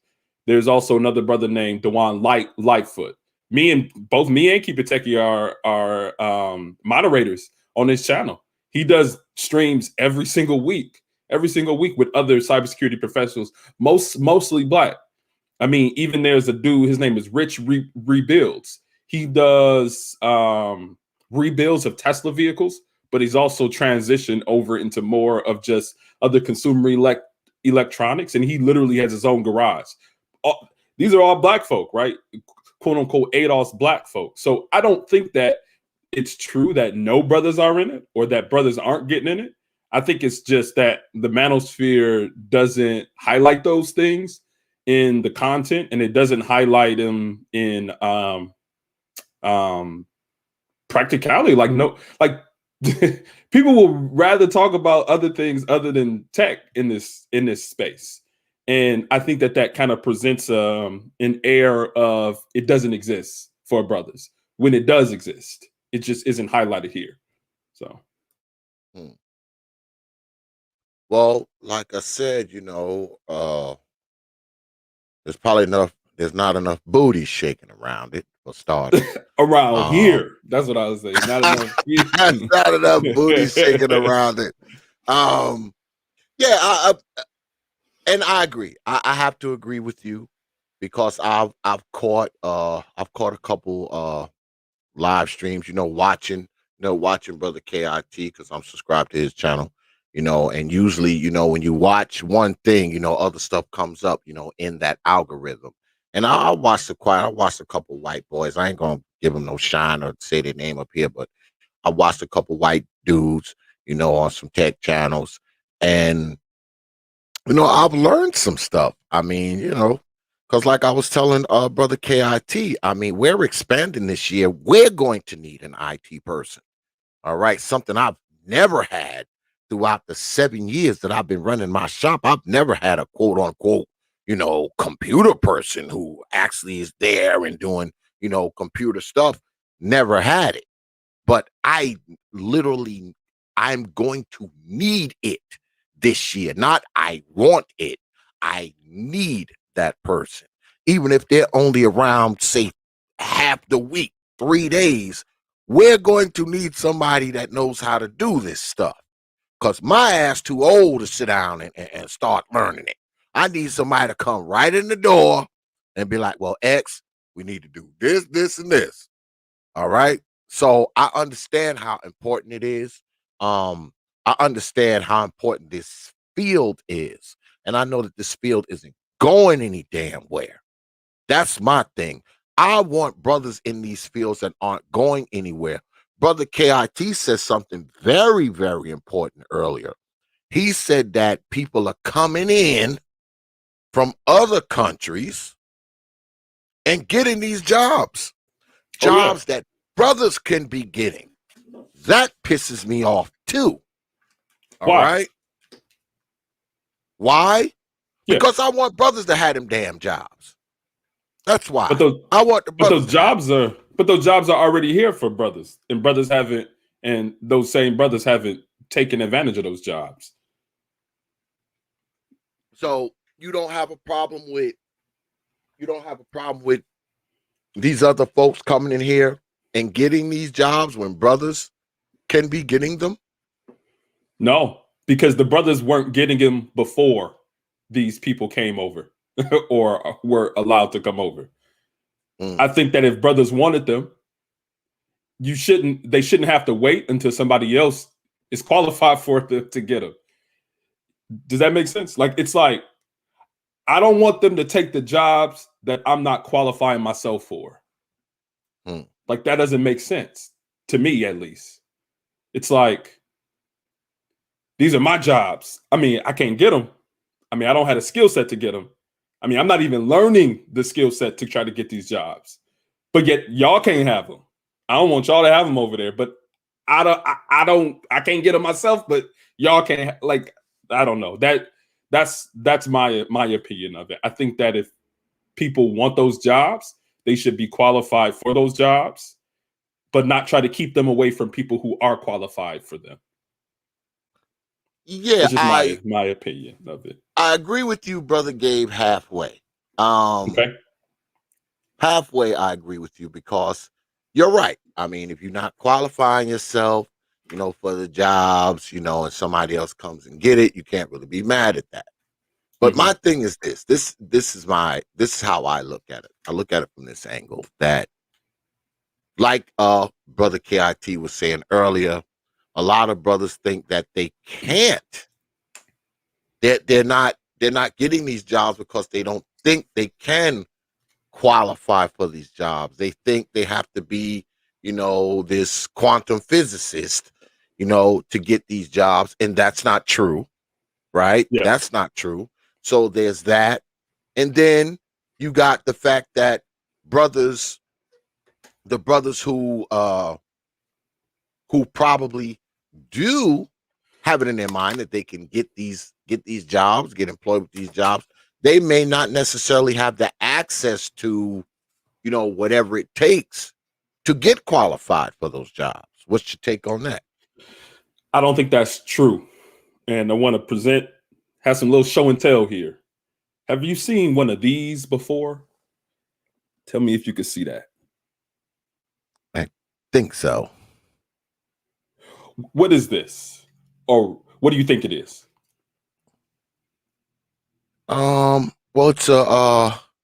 it's definitely some type of board. I don't know what the whole mechanism is. I have no idea what the whole mechanism is. Keep It Techie knows exactly what this is. This is a computer. This is a computer. Okay. It's called a Raspberry Pi computer. You know how much this costs? Somewhere around like $75. You know what this is? This is almost dropped it. This is called an SSD, so it's like external storage. This plus this, right, equals access into the tech field.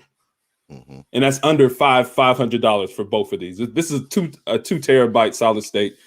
You could probably get a 1 terabyte or a 500 gig for less than $100. So both of these together, right? So both of these together can be under $200.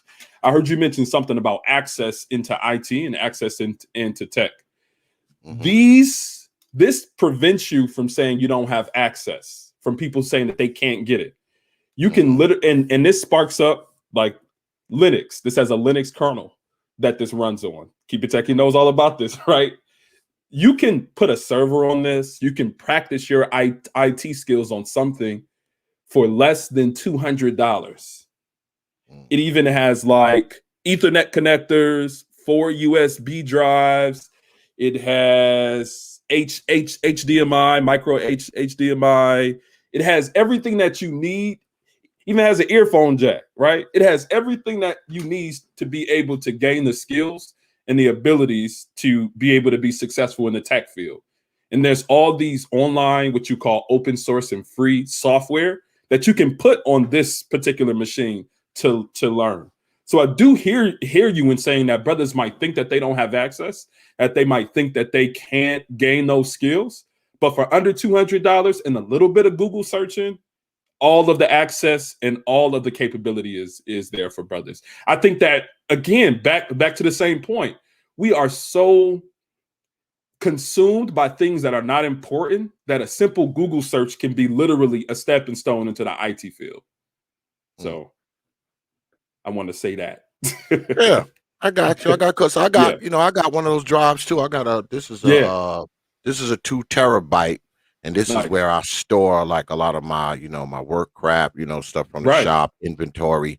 All that stuff is stored in this little tiny thing right here, which is actually pretty amazing because I got a lot of crap on it.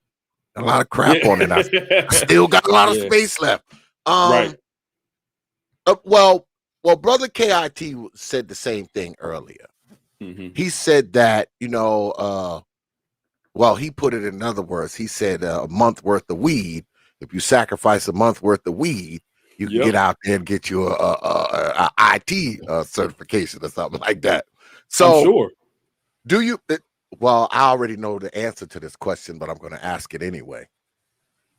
Do you brothers think that we as men, we are so focused on other shit that we can't focus on the shit that's going to help us? Are we too busy thinking short term, man, as opposed to thinking long term? I mean, because if you get into IT, that's something you're preparing for the long term, for the most part. Yeah, I agree. And I went through a stint as well. We all go through those types of stints. Well, maybe not everybody, but majority of us go through those stints. I don't think Brother Gabe did. I don't think Brother Gabe. I don't think Brother Gabe just laid around and smoked weed for a month and shit. I wasn't referring to weed now. Well, but where I was focused on either women, cars, clothes, what some people say in this space, nigga trinkets, rims, all that stuff. I was distracted by all that stuff when I was younger. You know what I'm saying? And I'm not trying to prevent anybody young from experiencing things. And I mean, that's part of life. You need to experience something, you know what I'm saying? But at the same time, you need to understand that you need to prepare for your future, which is why I decided to join the military so early. And that was my way of getting away from all that and trying to better myself, or getting away from the people I was hanging with when I was younger, and and so I could find myself in a better situation. And people just, I mean, it's just, and I think that's why these discussions are needed online, because a lot of young people are in this space watching us. I mean, no matter how many people you think you got in the chat, it's people, it's kids watching us, young people watching us. You know what I'm saying? And you always gotta be mindful of that and set that example. Like recently, what's been going on in the manosphere, there was a guy, I guess he been watching the manosphere since he was like 10 years old. You know what I'm saying? And and he's 21 now. So that's what, 10 years of watching this space and watching these different people blow up and talk about catching a flight and Yikes. all this shit, and it's just you, have to watch how you present yourself online, because it's especially people record, so this stuff is up here. Anything you put online is going to be online. Oh yeah. So you need to just be mindful of how you present yourself and try to present a better image for other people to model themselves behind. I mean, because some people do take this stuff seriously. The way people be talking and think you can act that way in real life. In a lot of cases, I guess that's what I'm saying. I know I'm all over the place, but go ahead, Gay. Oh no, If you want to I add. definitely completely hear what you're saying. Yeah, I mean, I just think, I think exactly what you said. For sure. The presentation of the black male image a lot of times in this space is that of I could shout louder than you on this panel. I can disprove every single little point. Like I'm gonna try to pick you apart and try to find your weaknesses and try to expose those. And then I want everybody in the chat to laugh at you, right? And it's like, where does that go, right? Where does that leave the young people listening to the conversation with anything other than entertainment, right? I mean, it's entertaining, right? To an adult, like sometimes I'm on the side, right, doing some work or something, working with something. I'm like, man, that was crazy what he said. But I mean, as it concerns, just like Keep It Techie was saying, what is that? What influences? Well, what influence does this space have on the next generation? Yeah, some good conversation about right things as it concerns avoiding bad marriages and child support, or don't do the bad things that I did. But it's like, I don't know, how long do you keep going with that until you start talking about opportunities for young people to get into? Start talking about like real mentorship rather than saying this what y'all need to do type of thing. Yeah. It's just yeah, it's yeah, not too I'd much have more to say about it, but go ahead. Yeah, I'd have to agree, man. I mean, that's why I wanted to have brother KIT on, because I know what he does for a living, and everybody knows brother KIT is the official timekeeper of the T.P.O.T debates as well. I'm actually, I can't believe that it took so long for me to bring my man on. I mean, I should have been had him on a long time ago, to talk about this tech stuff, tell brothers how to get into it, the cost of it, the time it's going to take. Because hey, maybe someone will listen to this and be like, yeah, I heard brother KIT say X, Y, and Z. I think I'm gonna go and look into it. Now, mind you, I am of the mind that most of the shit on here is entertainment. Um, I think to the tune of like 90%. Now, the other 10%, yeah, You can learn shit. You can learn how to build. You can learn some IT stuff, of course. You can learn about certain jobs. You can learn about certain trades. You can learn about certain industries. You can learn how to fix your damn car. Uh, I tell people this all the time. I have a couple videos. I have about 3 or 4 instructional videos where I teach you how to work on your little push lawnmower. I teach you how to use an auger to unclog your sink. I teach you how to plant a garden. Me and BMT, we did one a few months ago where we were talking about high paying blue collar jobs. So I get it. There's some of this is, beneficial, but 80 to 90% of this shit, man, Yep. it's just entertainment. Yep. It's entertainment. And the crazy thing is, it's not so much of what the brothers put out. Because I've never told brothers about what to put out. Man, you can put out whatever the hell you want. If you want people to watch you talk, if you want people to watch you sleep, watch you eat, or watch your damn dog play the organ, I don't care. What I think often happens is the people who are coming to view, Yeah. they ain't looking to learn shit. They are looking to be entertained. And guess what? A lot of times when I come on here, I ain't coming on here to learn shit either.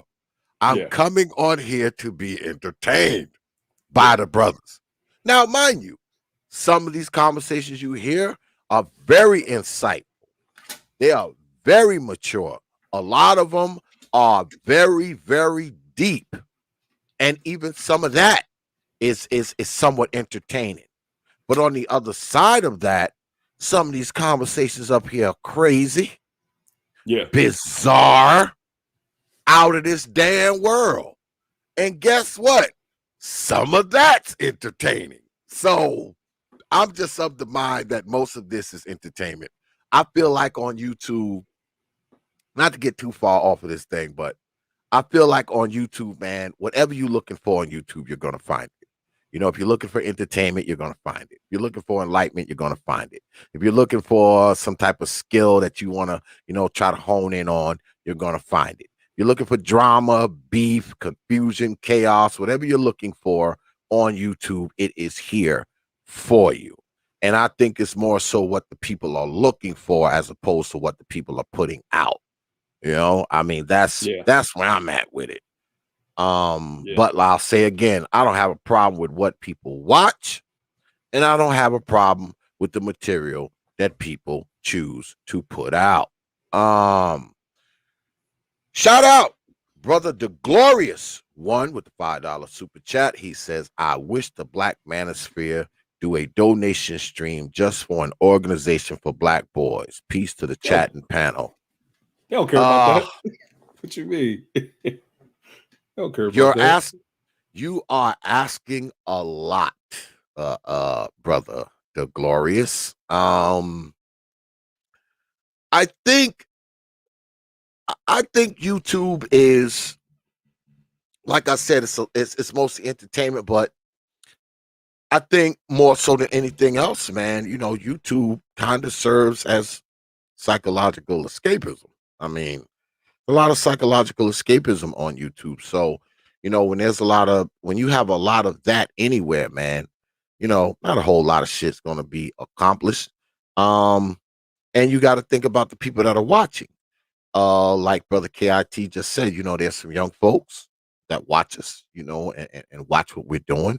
But at the same time, there's a bunch of older middle-aged folks. There's a bunch of folks that's 45 and still live in their grandma's basement. When you got dudes like that, there is no teaching them anything. He's 45. He lives in mom's cellar. You can't do nothing but entertain him. What you gonna teach him? How to get out of mom's basement? So, you have you look at your analytics, because I look at my analytics. And I look at the people who watch me, because YouTube tells you. It tells you the age group, the time they watch the most, the gender, and I look at my stuff. Well, I got a lot of people in there that's, like in their late 30s and 40s and whatnot. And I'm like, damn, how y'all got so much time to watch me? Even though, you know, I come on a pretty regular schedule. You know, I usually come on Wednesday, Thursday. So I guess they kind of watch me like the Cosby Show. But you think about the demographics of the people that watch you, man. It says something about your stuff, but it also says something about those people. So, you know, there is that. It's okay if I address one of the comments from the comments from the comment section. Absolutely. Yeah. Which one is it? I'll put it on the board. So the brother Ray Alexander, he made a couple of them, but that last one, speaking about, and you know, nothing against the brother, but I think that the perspective that you need some type of formal training to get into information technology is just not true, and a lot of times it can be used as a barrier for a lot of us to get into the field, a mental barrier to say, well, I don't have this degree, or I don't have this advanced training. When you look at practitioners in the field, especially in cybersecurity and network administration, a lot of people have learned very advanced skills from free and open source tools, free and open source training, things on YouTube. I mean, I learned my first introduction to Linux was probably like a 2 to 3 hour YouTube video. I mean, even while I was in undergrad going for my electrical engineering degree, I didn't buy the book. I just went. For a class I had power electronics, or was it just regular electronics? One of those. I did not get the book for the class. I just went on YouTube and online books and things that I can find on the web. So I don't think that what the brother Ray Alexander is saying is true. Because I've experienced that I've developed a lot of skills from just using Google. I did not need my formal education. And even a lot of my coworkers are white guys, kind of middle-aged dudes who don't have degrees, who don't have certifications. And they have found a way to learn those skills and network with individuals in the field in order to get in. So formal education is not necessary, even though I have it myself. So it's not necessary and required to get into the field. And if I could add to that right fast, everything Gabe said is 100% correct. You don't need formal education to get into these fields. That's why I brought up those base level certifications. So if you're new to computers, they got the IT Fundamentals Plus, which you can, get that certification. But one thing I want to add to what he was saying, yes, I had a degree when I worked in Afghanistan, making that big money, but there was also other people that were on the same contract making around the same amount of money I was making. They didn't have a degree. They only had that security plus. Security plus certification as well as security clearance. But at the same time, they didn't have to have a bachelor's degree or associate's degree or anything to actually get the position. It wasn't a requirement. So that's especially when you talk about getting into programming. Programming is another thing. You definitely don't need a degree, formal education, and get into it. You could just pick it up. YouTube, great resource. There are like a million resources, YouTube, man. Yeah. Some people call it YouTube University. I'm sorry. Go ahead. No. Just like you're saying, and he keeps going. Like he's saying, like YouTube gurus may not be the best teachers. I mean, there's YouTube, there's Udemy, there's Udacity. There's so many different resources where there are competent teachers. Even T.P.O.T, who is a practitioner in the field, who has years and years of experience, is developing a Udemy class. Would you not want to learn from T.P.O.T because you don't think it's a formal type of education? And this is right. Teapot, these are the barriers, right? The mental barriers and some of that those verbal barriers, which keep brothers from thinking that they can qualify for these fields. You don't need it. You don't need it. It's nice to have, but it's not a requirement. I have a problem with that because, okay, fine, right? A lot of brothers say, well, I'm not going to get in XYZ field or get involved with XYZ technology because I need to go to a university, I need to go to a college, and then you say, well, you don't need to do Yep. that. You can learn it from KIT. You can learn it from Brother Gabe. Then they turn around and say, oh, well, they're not a real Yep. teacher.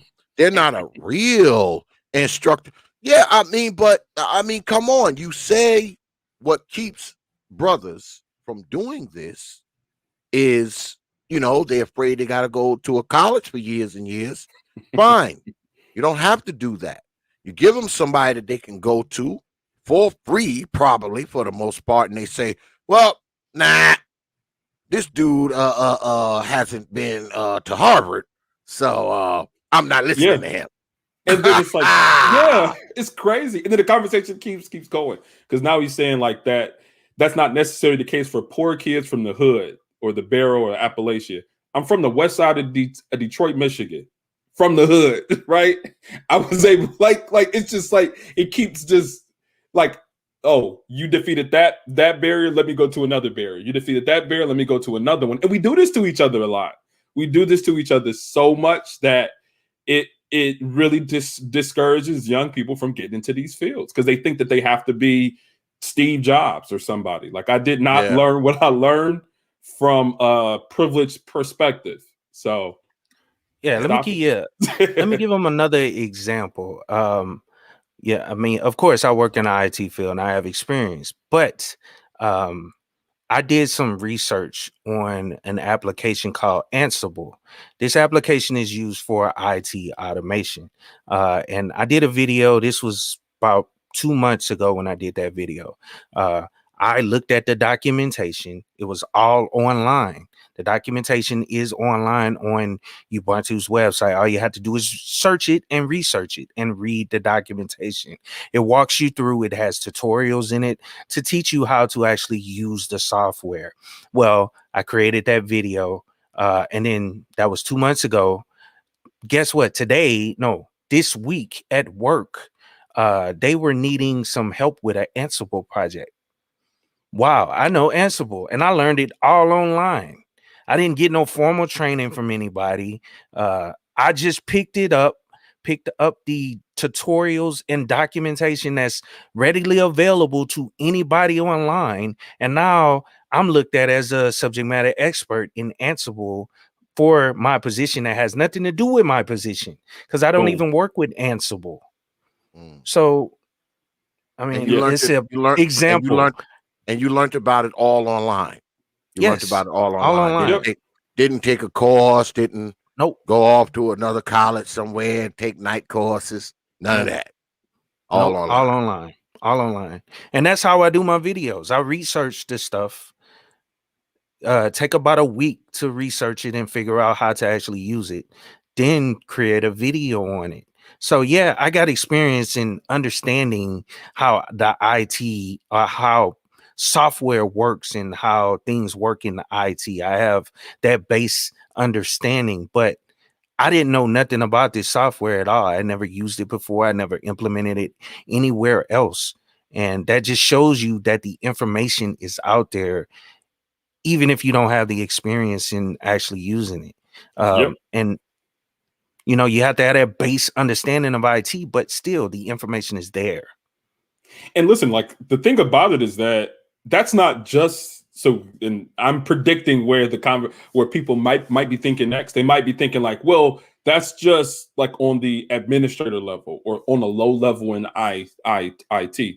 Where actually no, because individuals who become supervisors and managers and eventually enter into like the C-suite and directors, right? These individuals need to have a broad understanding of multiple technologies within their environment. So keep it techie learning Ansible, keep it techie learning all the different technologies within his environment that don't even necessarily apply to his job is direct preparation to be in leadership within tech roles. So that's not a master's, that's not a bachelor's, which are nice, but those are not the things that will primarily qualify somebody in tech from going up from the role that they're currently in. Having an understanding of those technologies, the systems, and the application of those technologies is the the greatest thing that's important for people who are in leadership within IT. So, and this isn't necessarily to kind of pick on the brother and kind of off that, but it really is for the listeners to say you can get into this field with Google searches. You can. Like, it's very possible, right? It's extremely possible.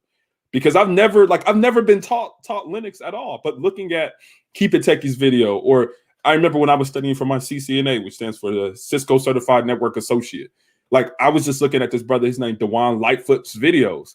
That's how I've learned the majority of I was literally in a data center, and I had my computer in front of me, and I had one of Dewan's videos for enabling like a remote service for switches. It's called Telnet.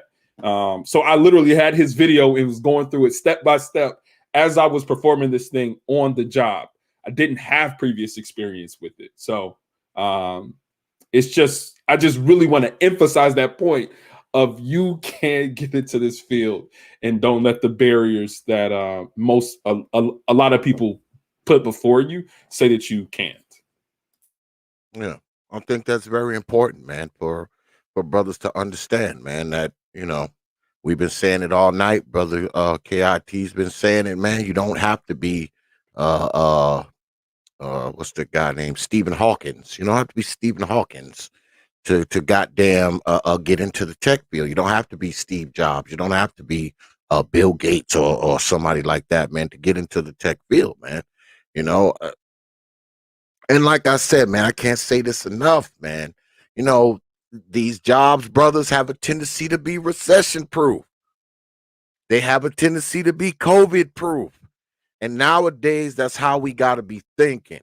I mean, we got to be thinking past today. We got to be thinking past tomorrow, next week, next month, next year, because we don't know what the hell is coming around the corner, because we didn't see this COVID crap coming.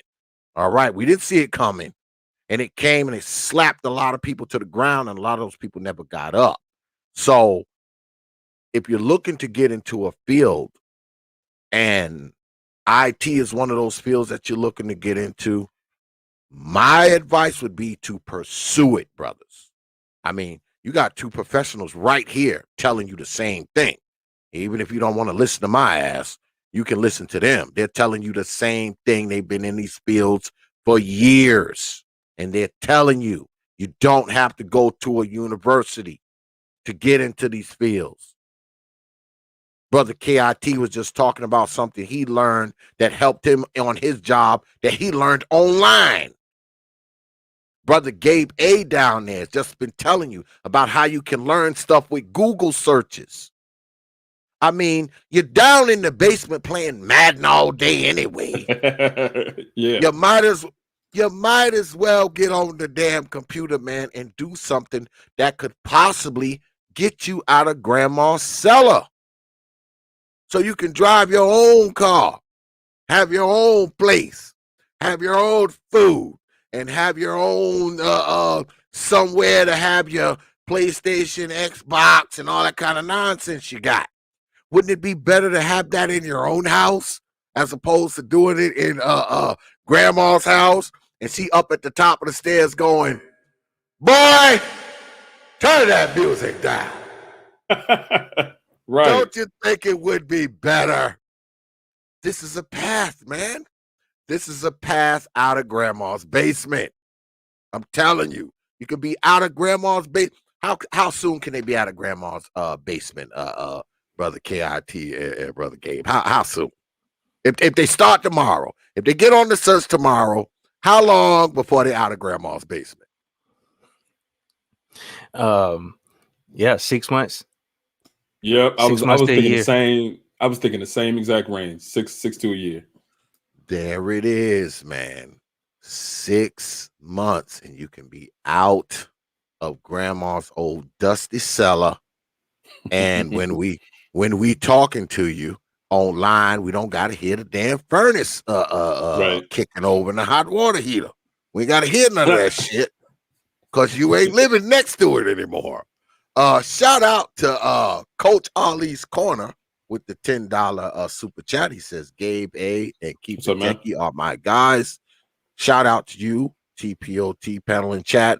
Appreciate that, Coach Ali. Coach Ali is a staunch supporter of the T.P.O.T YouTube page. Appreciate that, brother Coach Ali. So you heard it here. Go ahead, brother Gabe. No, I was gonna say I think it goes back to your point, because not only is it possible within that six months to a year, there's a demand, and that's the thing that I think that a lot of times we need to consider is that people, the reason why crappy degrees are crappy degrees is because they don't translate to jobs that are in demand post graduation, right? You can't get a job you can't really get a good job with a music degree, degree coming out of undergrad. Might be able to be a band teacher, but there's a lot of, people with that, or basket weaving, right? The very prime example. But these degrees or these skills are in demand. And that's the reason why what you were saying before, T.P.O.T, is all these jobs that they're trying to bring over people from different countries for, because there's such a high demand here for this type of work. Now, definitely and that's why I think Keep It Techie's advice about the military stuff is huge, because H-1B1s, they can't get these federal IT jobs. You have to be a U.S. citizen or maybe a naturalized citizen of some sort. So there are still jobs within IT, within the federal government, that only apply to you, right? Mhm. So, I think that that's something that's important. But the main point that I want to bring out is that these jobs are in demand. So organizations are looking to scoop you up because they need you. So being needed being needed in the job market is, just like you were saying, something that is recession proof to some degree, right? If they need your skill set, if they know that they cannot have their servers down, they might have an email client or a web servers. They need their website to stay up. They can't fire you. Or if they need their plants to keep on running, they can't fire the process engineers.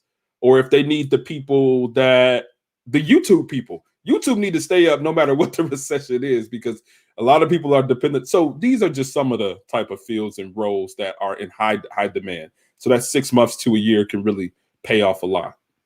Yeah, 6 months to a year, man. You can be out of the cellar, man, and quit breathing in damn fumes from the natural gas. Yeah. Yeah, you get out of the basement. Sometimes, man, you be on these shows, man, and you hear these brothers, and you hear that rumble of the boiler in the background. That's because their bed is right next to the shit. The bed is right next to the goddamn boiler, man. You can hear the fuel all firing over. You can damn near smell it if you think hard enough. You start to smell that shit. You can get up out of there. You don't have to live by the hot water heater and the furnace no more, and the mold and the shit that lives down in the cellar. Because down in the cellar, there's shit living down there that only lives there. It don't even be in the rest of the house. It's just in that cellar. It's just there. And you've been living there for a long time. You've been living there ever since you were a kid. You're 45 now. So you've been living there for about 30, 35 years now. It's time to move. It's time to get those certificates. All right? It's time to get those certifications. Get you a decent gig, and surprise grandma. Cause she'll look up and see you packing your shit. And she'd be like, damn, what the hell's going on? Well, Grams, I decided to take my life in my own hands. And, I was watching T.P.O.T one night, and he had old Gabe A up there and brother K.I.T. And I decided that I didn't want to live in this damn basement no more. So I went, took some certifications, got me a job, and I'm moving.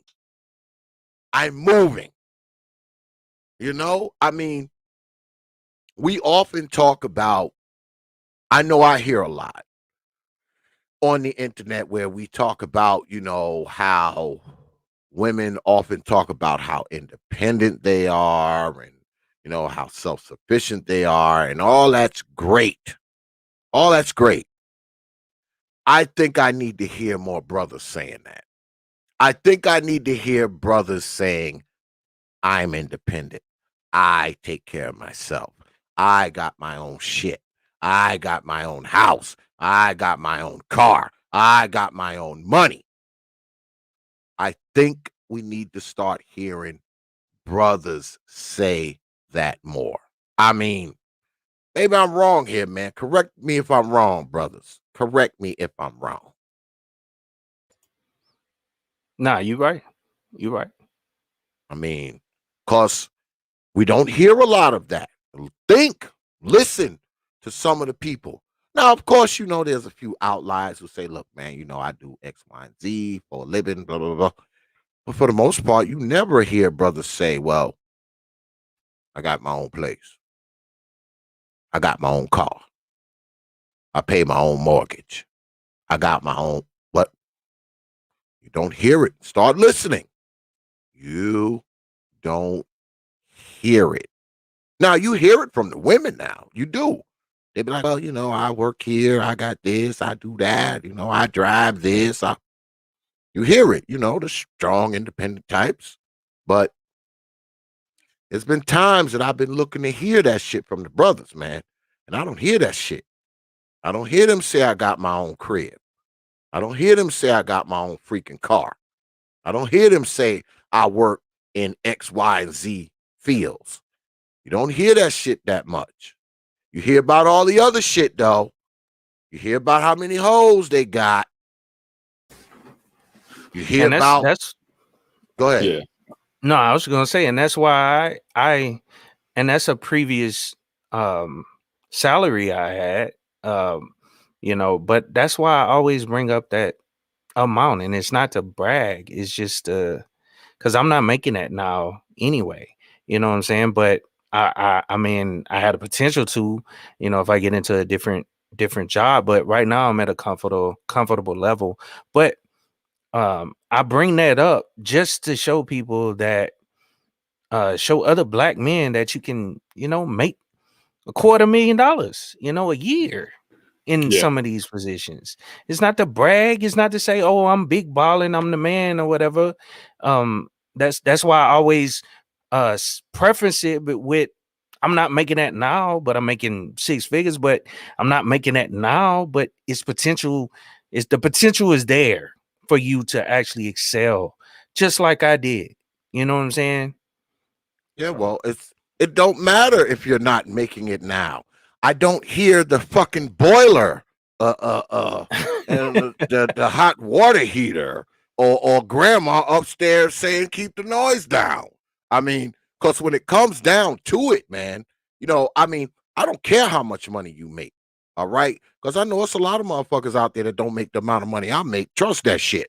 I know that. I've been running my business for 7 years. All right. It's probably motherfuckers that work for me that make more money than a lot of motherfuckers on the internet. Motherfuckers that work for me probably do. But I don't care about that shit. What I care about is when you online and you talking all that bullshit and I hear your grandmama telling you to fucking turn the music down from upstairs. When I hear that fucking boiler firing over. All right? And you talking about catching a bus and all this kind of shit. And your ass 40. I care about that. Because, see, I don't care how much money you make. I really don't. How much money you make is irrelevant to me. But you know what should be relevant to you? Whether or not you can maintain and sustain yourself. That's what should matter to you. All right? It's not even about how much money you make. Yeah, making money is fine, man. I've made money ever since I was a young guy. All right? I made money ever since I was a young guy, so making money is nothing. Hey, that's nothing. Been doing it ever since I was in my fucking 20s. Just that now I'm a little older and smarter and don't gotta fucking work as much to have it. But as long as you can maintain yourself, have your own shit, take care of your kids, take care of your family if you got one, take care of your damn self if you don't. How much money you make, man, is fucking irrelevant. See, but especially to me. I was gonna say it's so funny because because we've, like, me and Techie have been on panels and had discussions with certain brothers, because there's been conversations about, like, yeah, you got a job and you make something, but your job could be gone any day. they could fire you, right? That's one thing that they say. What's another thing? They say, oh, but you lame, right? Tech and stuff is lame. Like you really don't do nothing but be in front of a computer. So you're missing out on life skills. It's like, it's like a lot of times in this space, it's just dudes just try to find whatever chink in your armor that they could try to find. Because I don't know, is it that they're not satisfied with their own lives, or they see you shine and they try to dim your light? Like I don't get it. It's so weird to me because Well, if another brother is doing well, I'm like, yo, that's what's up. Like that's a good thing. But here they don't do it's that. funny. It's funny that they say all you do is sit in front of a computer all day. Oh, you Yeah. mean like how you sit in front of the How you fucking sit- Xbox all day? Right. You mean like that? Is that what you're talking? Now that's not lame. Okay, Yeah. playing Madden for 10 hours a day with no fucking job. There's nothing lame about that. Absolutely not. You know, burning grandma's electricity, probably eating up all of grandma's goddamn food, and grandma probably bought the fucking Xbox too. Now that there's nothing lame about that. No. But having a fucking IT job sitting in front of a computer making 6 goddamn figures, that's totally lame. That's totally lame. I would rather be lame. It's Facts. upside down. Well, you know, this YouTube shit is Yeah. upside down anyway, man. I mean, I've said that many, many times, and I'll Yeah. say this again. You see people up here, man, and you look at them, and you can look at them and you can tell they're probably doing pretty well for themselves. They up this motherfucker talking about struggle. They're talking like they on the fucking cheese line. And you can see they live in a big old house. They jumping in and out of a fucking BMW and Mercedes and shit. And boy, they will have you thinking that they so fucking poor that, you know, they just can't make it as they drive off in their fucking BMW. That's the move. And then you got the motherfuckers who living in grandma's basement, all right, unemployed, no job, no car. Every fucking thing he owns can fit in the trunk of a fucking Toyota Corolla. That motherfucker will have you thinking he the king of the world. He balling out of control. While grandma upstairs talking about, boy, turn that music down. This is what we have here. So you can't be shocked. You can't be shocked when people will try to downplay the achievements of other brothers. Yeah. All right. I don't know if it's envy. I don't know if it's jealousy. I don't know if it's fucking stupidity. I don't know what it is. I don't know what would make the next man try to downplay or even disrespect the achievements of another black man. That's crazy. I mean, when you put it like that, that's crazy. Yeah, I mean, as a black man, you know, and you always hear, this is another thing that pisses me off. I know I'm gonna piss some motherfuckers off right now, but you know me, I don't give a shit. I mean, you hear people talk about the looking out for black men, and they want to help black men and also kind of nonsense. So why would those same people that say all of that, why would they make it their business to purposely detract from the achievements of another black man? If you're about black men winning, that means you're about all black men winning. And when you see a black man winning, the last thing you want to do is try to make him seem like a loser, especially when he's obviously doing better than you. You got motherfuckers up here. You got motherfuckers up here who ain't worked in 7 years, telling the motherfucker who, you know, obviously is doing pretty well from himself, he's lame. Like, what? And let's even talk about the opposite, right? When they see a young brother, like I saw one of the interviews, it was a young brother who's been in like the one that Keep It Techie was talking about. He was in the watching Menosphere since he was like 10 or 11 years old. We were talking about that a little earlier. He explained his struggles throughout life, right? Things that he couldn't do, issues that he's been having with women, and all these type of things. And there was several brothers that jumped up there to beat him down. So not only looking or trying to diss a brother who's up, but they even diss brothers when they down. They even say, you can't do this. You can't, like, what, like, right? When you up, it's a lot easier to kind of brush off the mess that people talk about you. But when you down, that it's a bit harder. Yeah, when you down, you young, you impressionable, and that display was absolutely just despicable, man. Like, because where does that young brother go from that live stream? I mean, I get it, right? There might be some backstory that I have no idea about, but there's also, you can like, he was expressing that he out of it, like he down and out. So like why is it, why does it become the prerogative for other brothers, older brothers, 30s and 40s, like late 30s and early 40s and mid 50s or something, right, to diss him, to bring him even lower than where he currently is? It's just yeah. So kind of the opposite of what you said, man. Brothers try to bring brothers down when they up here, and they try to bring brothers down when they down. So yeah, it's crazy.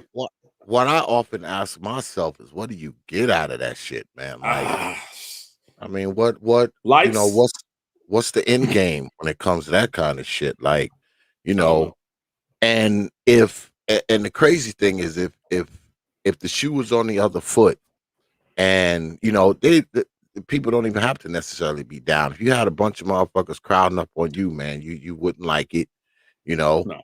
And like you said, you know, the more established you are and the more stable you are, the easier it is for, you know, shit to bounce off of you. You know, I mean, me, I'm type motherfucker. I don't give a fuck what you motherfuckers say about me, because a lot of you motherfuckers I can buy and sell over and over and over again at a higher price. So you said the fuck you want to say about me, motherfucker. But you know, if it's a guy who, you know, may not necessarily be, you know, may not be fully mature or fully whatever, you know, you probably don't want to pile up on that motherfucker. He probably ain't the person to be piling up on. A shout out to brother Nick Taylor for the $5 super chat.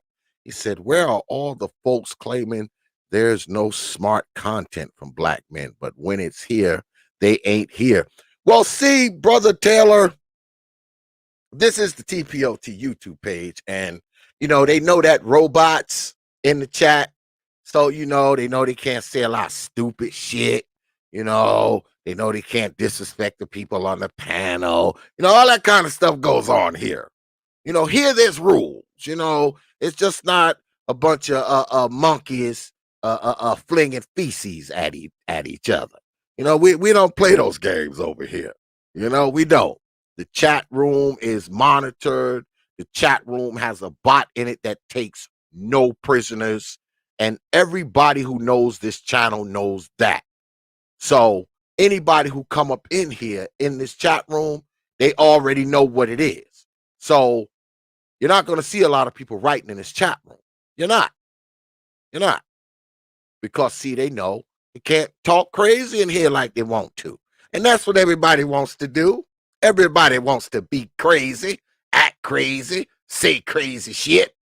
And over here, you can't do it. So there it is. Because they know how I go over here. I mean, once I get tired of your ass, okay, and I don't even have to get tired of you. I don't have to get tired of you.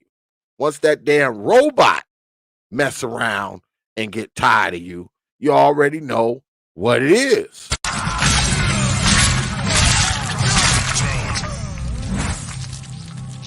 It is ended.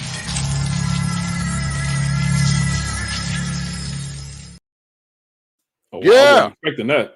Oh, wow. It is ended, brother Taylor. Ended. And I don't care who don't like it. I really don't. You know, I don't care who don't like it. How it's gonna be over here, man. Brother AJ, my Chi-Town brother, with the $5 super chat. He said, what's up, brothers? Brother X, KIT, Brother Gabe. Appreciate that $5 super chat, brother AJ. Chi-Town brother right there. But yeah, brother Gabe, I mean, that's kind of what we're dealing. Well, it's not kind of what we're dealing with. That is what we're dealing with, you know? And it's fine if that's what people want to do. I just don't choose to engage in that kind of stuff, man. You know, I mean, when I see brothers doing good, man, I'm happy for them. What I try to do is get them on my damn show. That's what I want. I want to know. I want you to get over here and tell everybody else, how did you get there? What made you think about getting there? How do other brothers get there? That's how I started this show off with my brother here, KIT. I was like, how much time it take, how much it costs, how you do it, who you talk to. I mean, that's where I'm at with it. If a brother got some shit going on, come on over and share it with the rest of the brothers. Not, oh man, you ain't doing nothing. I don't care about how you. Come on, man. I mean, come on. That stuff is, but I'm an older brother, man. I'm a Gen Xer. All right. I'm a Gen Xer. I'm in my 50s. I've been around the block a few times. I probably got sons that's older than a lot of these guys that's on here. So a lot of the shit I see ain't new, man. It's not new. The talking points aren't new. Because like I said, my two oldest sons, they in their 30s. So all the talking points I've heard before, the whole SYSBM shit, seen that 14, 15 years ago. All right. Because I got 3 biracial grandchildren because both of my sons are married to Latino women. So the whole that shit I've seen since a long time ago, you know, I mean, all that shit, I've seen it before. It's not like, you know, like I said, man, shit, man, my oldest son about to be 36. He's about to turn 36. All right. So a lot of the stuff that these brothers talk, man, I've heard it before. I've heard it from my sons. The talking points of the females, because I also have 2 grown daughters. Shit, my oldest daughter about to turn 30. And I got another daughter that's about to turn 23. So I have grown children, man, and they all are like different ages. So I've heard all the BS. I've heard all the BS, man. I've heard it all. That's why a lot of times, yeah, look at brother Taylor. Shit, he got a 32-year-old, 26-year-old, 23-year-old. We've heard all this stuff before, man. And we heard it when we were younger. Yeah, we heard it when we were younger. So do you think that they just kind of repeating the same stuff? Pretty much. Do you think it's they're adding to it? Like I don't know.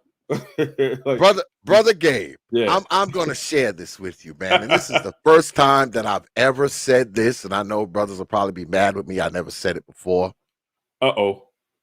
Most of the stuff that I hear on the internet, on YouTube, I must have heard most of it. I would say I've heard it probably 100 times before ever coming on YouTube, before ever being around, you know, YouTube, before there was a damn internet. Yeah. All right. Wow. Like I said, my oldest son is 36. All right. He's 36. So guess what that means? Guess what that means?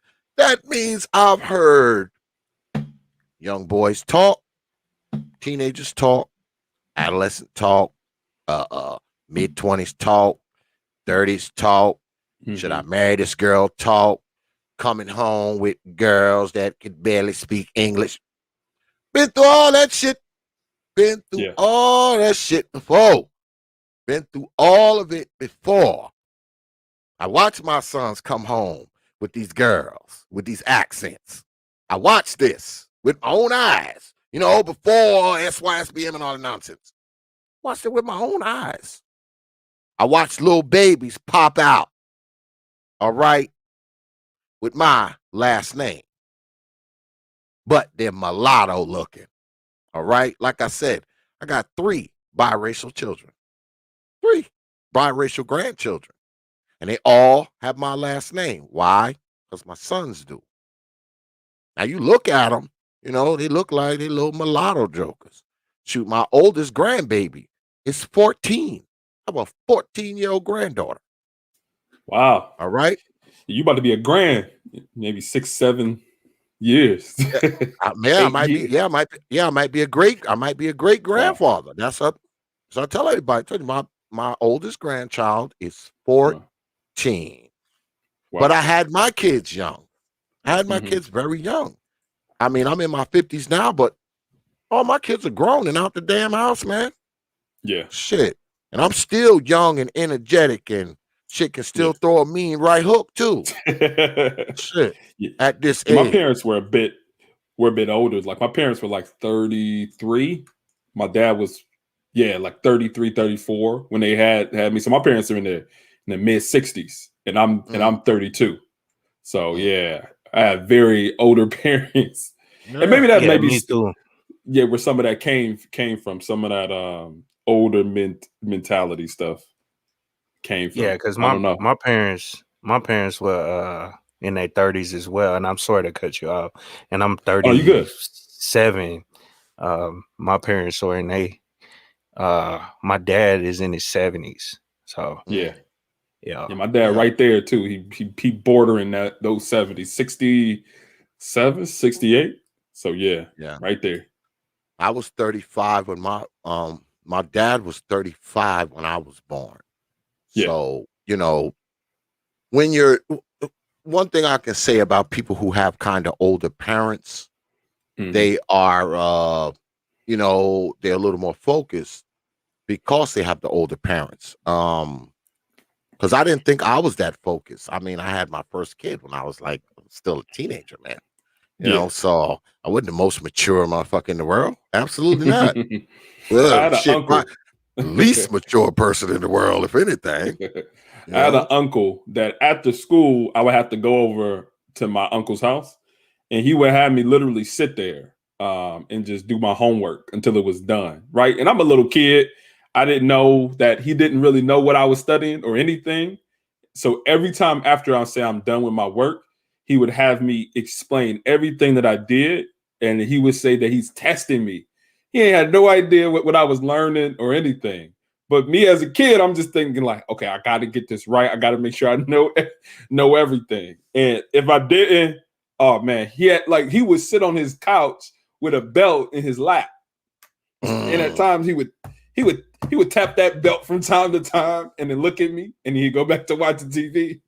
That's some of the influences I had as I was growing up. Is that I was afraid to not do well when I was Exactly. a kid. When you Yeah. have older parents, what happens is, because what's a generation? A generation is what, 25, 30 years?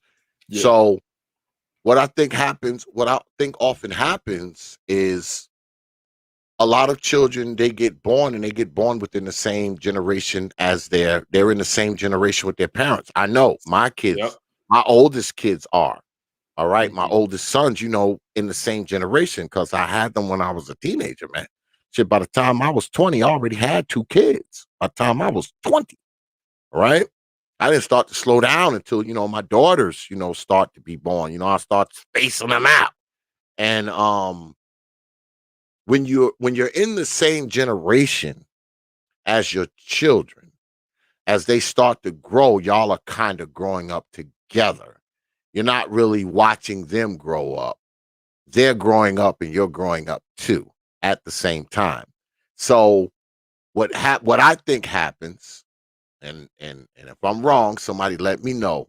What I think happens is, as you're growing up with your child, as y'all are growing up together, it's less like you're being their parent. It's more like you're being their sibling. It's almost as if because I know Lady Ruby says this a lot. She says you're raising your siblings as opposed to raising your children, you know, when you're young, because you're young. You're not even finished growing, quote unquote growing yet. And here you are, you're responsible for this other person, because I know when my first son was born, man, I didn't know what the hell was going on.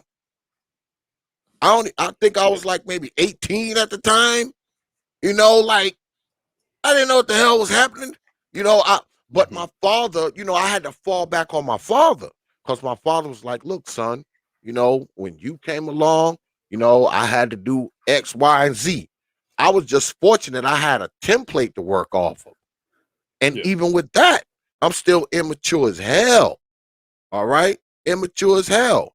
But as you get you get into your 30s, like I said, when I was born, I think my pops was 35.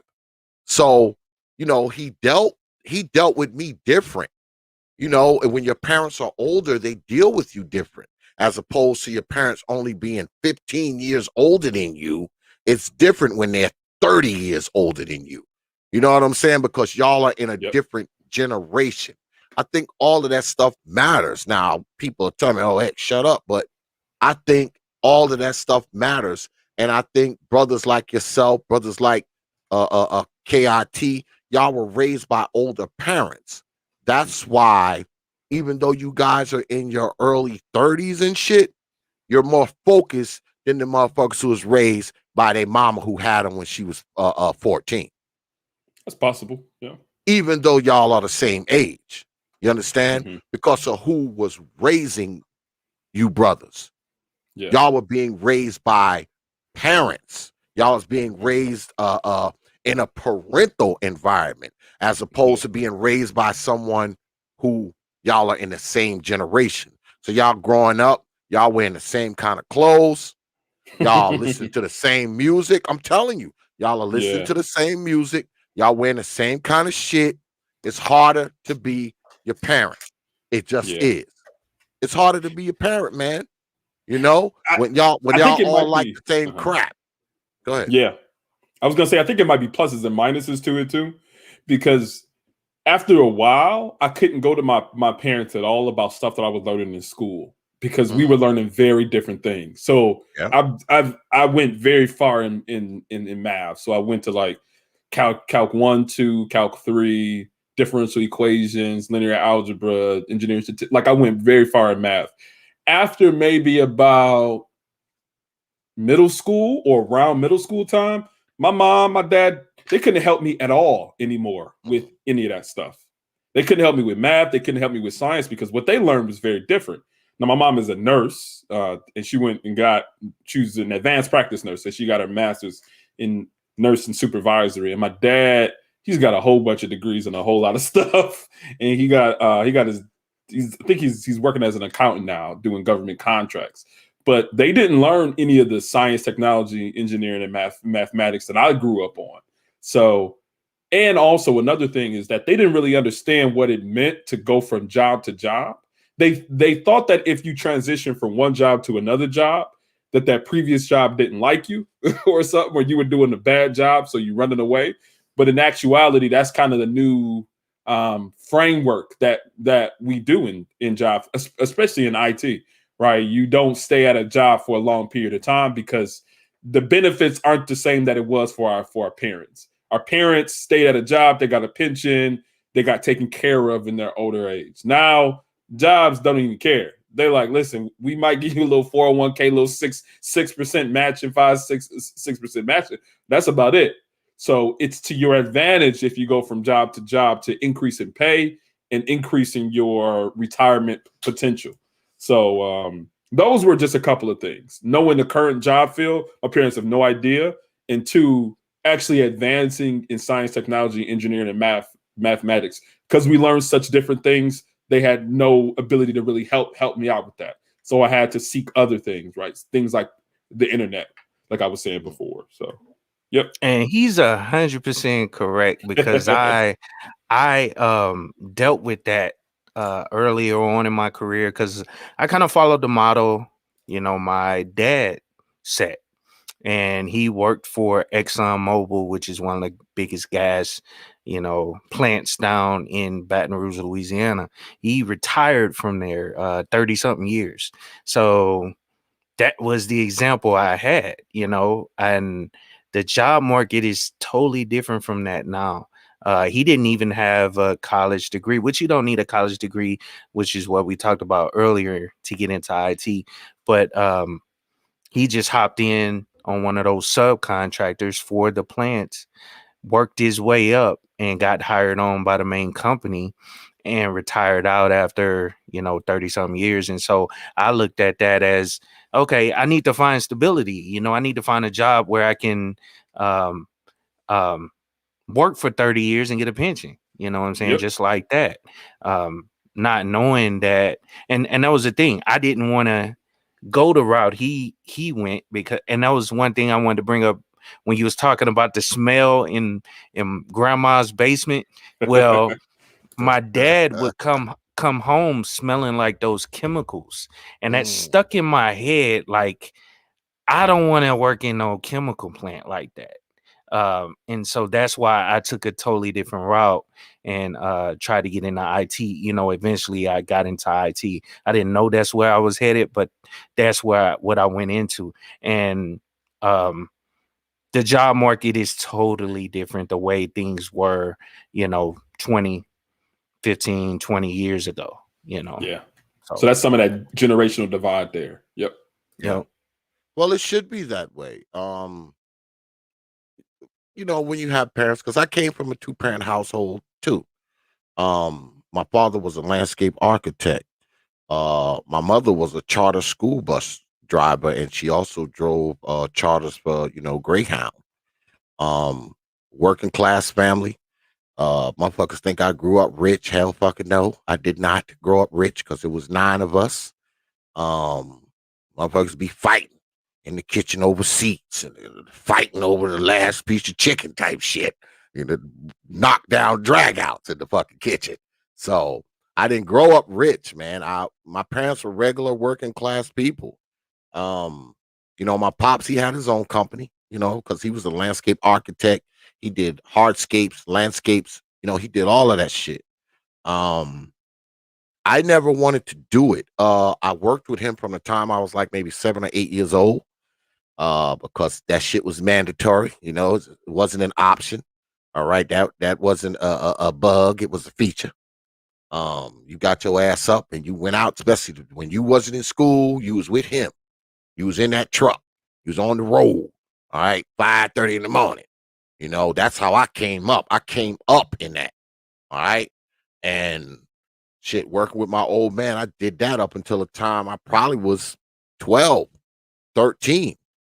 And then I kind of drifted off, and I got cool and shit, and did other shit, had paper routes and shit like that. But summertime, I spent my whole summers working with my father from the beginning to the end. And I'm talking working too, not no special treatment shit like, humping wheelbarrows of stone, wheelbarrows of fucking grass. I tell people this story all the time. Man, by the time I was 11, 12 years old, I could operate a bulldozer. I could operate a payloader. I could operate a backhoe. I used to drive the dump truck. I was doing all that shit when I was like 12 years old. Because, I was always a tall kid. I was always tall. So, shit, my old man, he would have me driving his damn dump truck. I'm driving it, 12 years old, to the work site. So, I say that to say this. When you come up with those kind of parents, even though you usually you would hate to do what they're doing, having those kind of parents make sure you grow up to do something, even if you don't do what they're doing, you know? But if you have parents that do nothing, you grow up to do exactly what they're doing, which is nothing, which is nothing.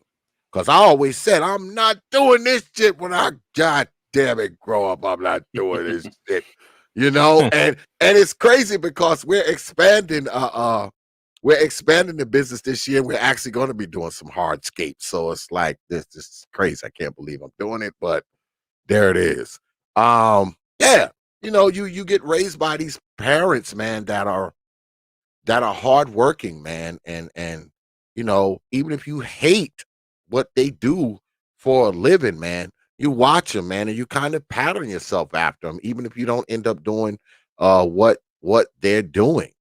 I don't think I ever would want to do, what my parents did for a living, but watching my father all those years, man, he taught me how to work. He taught me how to save. He taught me how to, have something. He taught me how to take care of myself, pay my own bills, have my own shit, you know?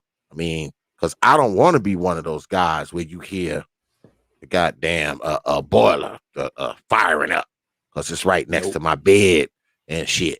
Or you hear the hot water heater firing over because it's right next to my bed. I mean, I never wanted to be one of those guys, but I never wanted to be one of those guys, Yeah. And I know guys like that. All right. I went back to my hometown, man, a while back. Now, mind you, we're in our 50s, right? We ain't in our 30s. We ain't in our 40s. We're in our 50s. And do you know it's guys in my old hometown that still live in their mama house right now? Mama like 70 something. Wow. He's still living with mama. Still. But then again, a few of these brothers that I know are the same brothers who used to tell me, oh man, money don't mean anything. That made me scratch my head because we was in like our 40s then. They were telling me, oh man, money doesn't mean anything.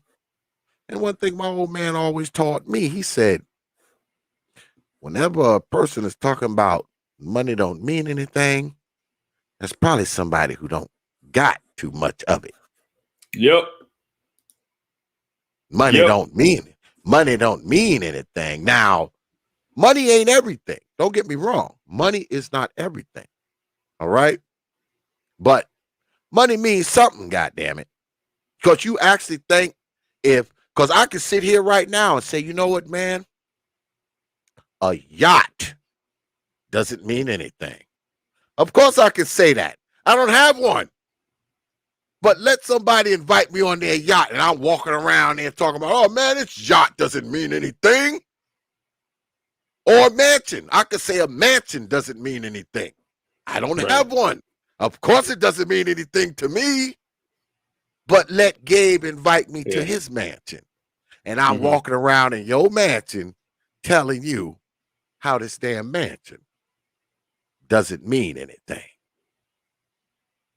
I mean, yeah, it's something because people try to minimize what they don't have. Like either you have it or you don't. Like you don't, like if you don't have it, you don't have to comment on your opinion. I don't know. Yeah, well, I think what it's always happens, positioning. Yeah. Sorry, go ahead. I mean, the internet is like a big ass chessboard. There's just thousands of pieces on it. Thousands of pieces. And there's not 64 squares, it's like 64,000 squares. There's 64,000 squares, but there's 120,000 people trying to be on the square. Is what it's like. So of course, whenever they encounter people, I think one of the big mistakes we make, Brother Gabe, is that we often do a lot of projecting. We think everybody's supposed to be like us. We think that everybody's supposed to have our weaknesses.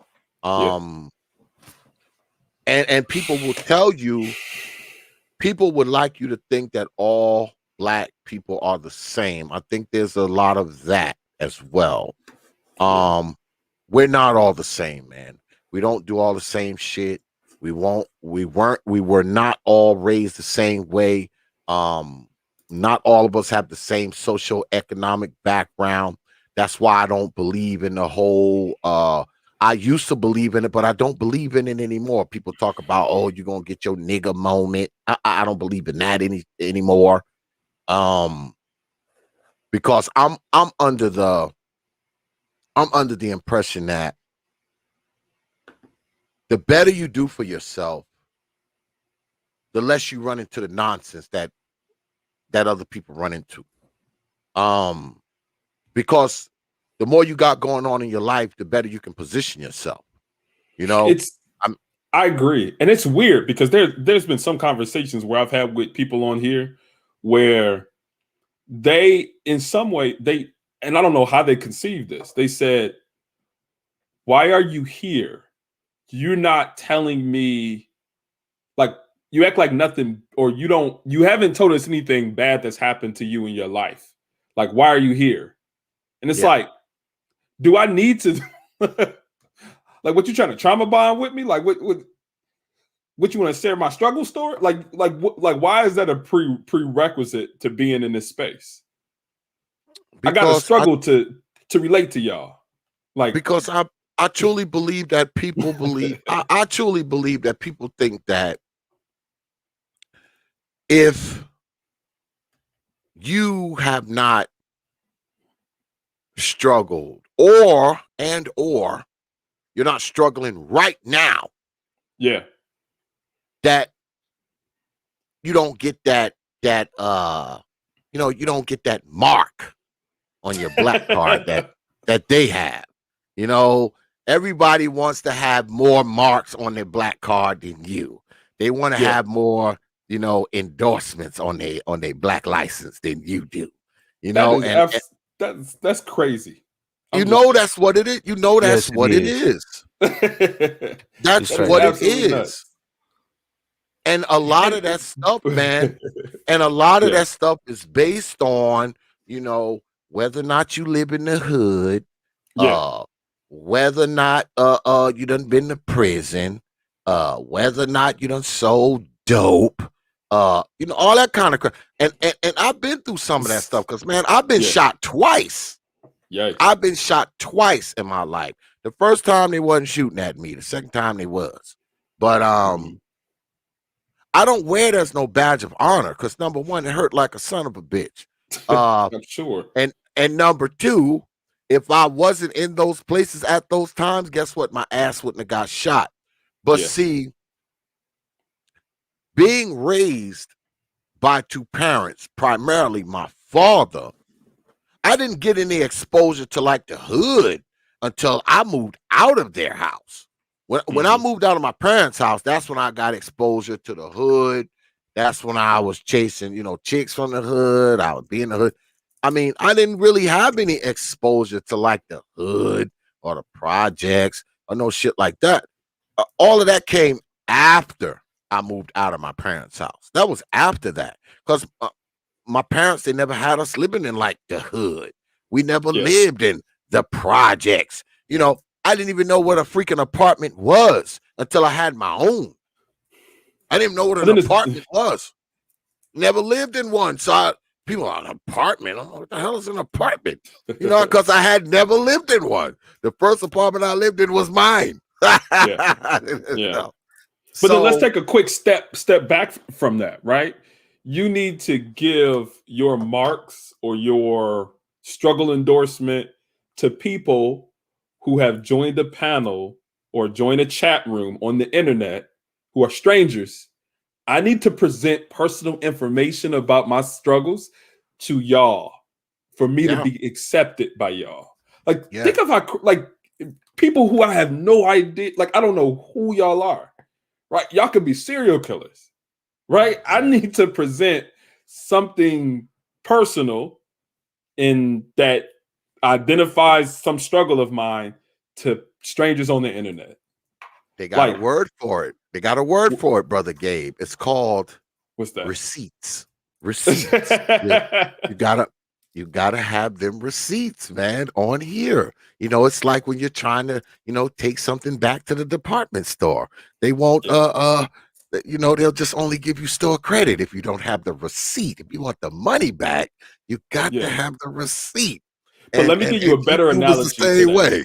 Right? Because it's actually taking those receipts that I need to take to the store to get my money back. It's taking those receipts and walking up to a random person at a bus stop and saying, here.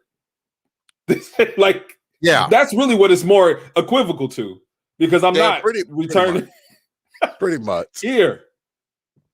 because it's not like you're getting shit back and nothing. giving them the receipts doesn't prove anything. It doesn't prove anything.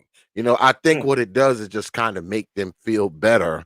And because a lot of times, because I've seen some of these so-called receipt shows, and after people have showed the receipts, a lot of times whoever they showing it to, they still don't believe them.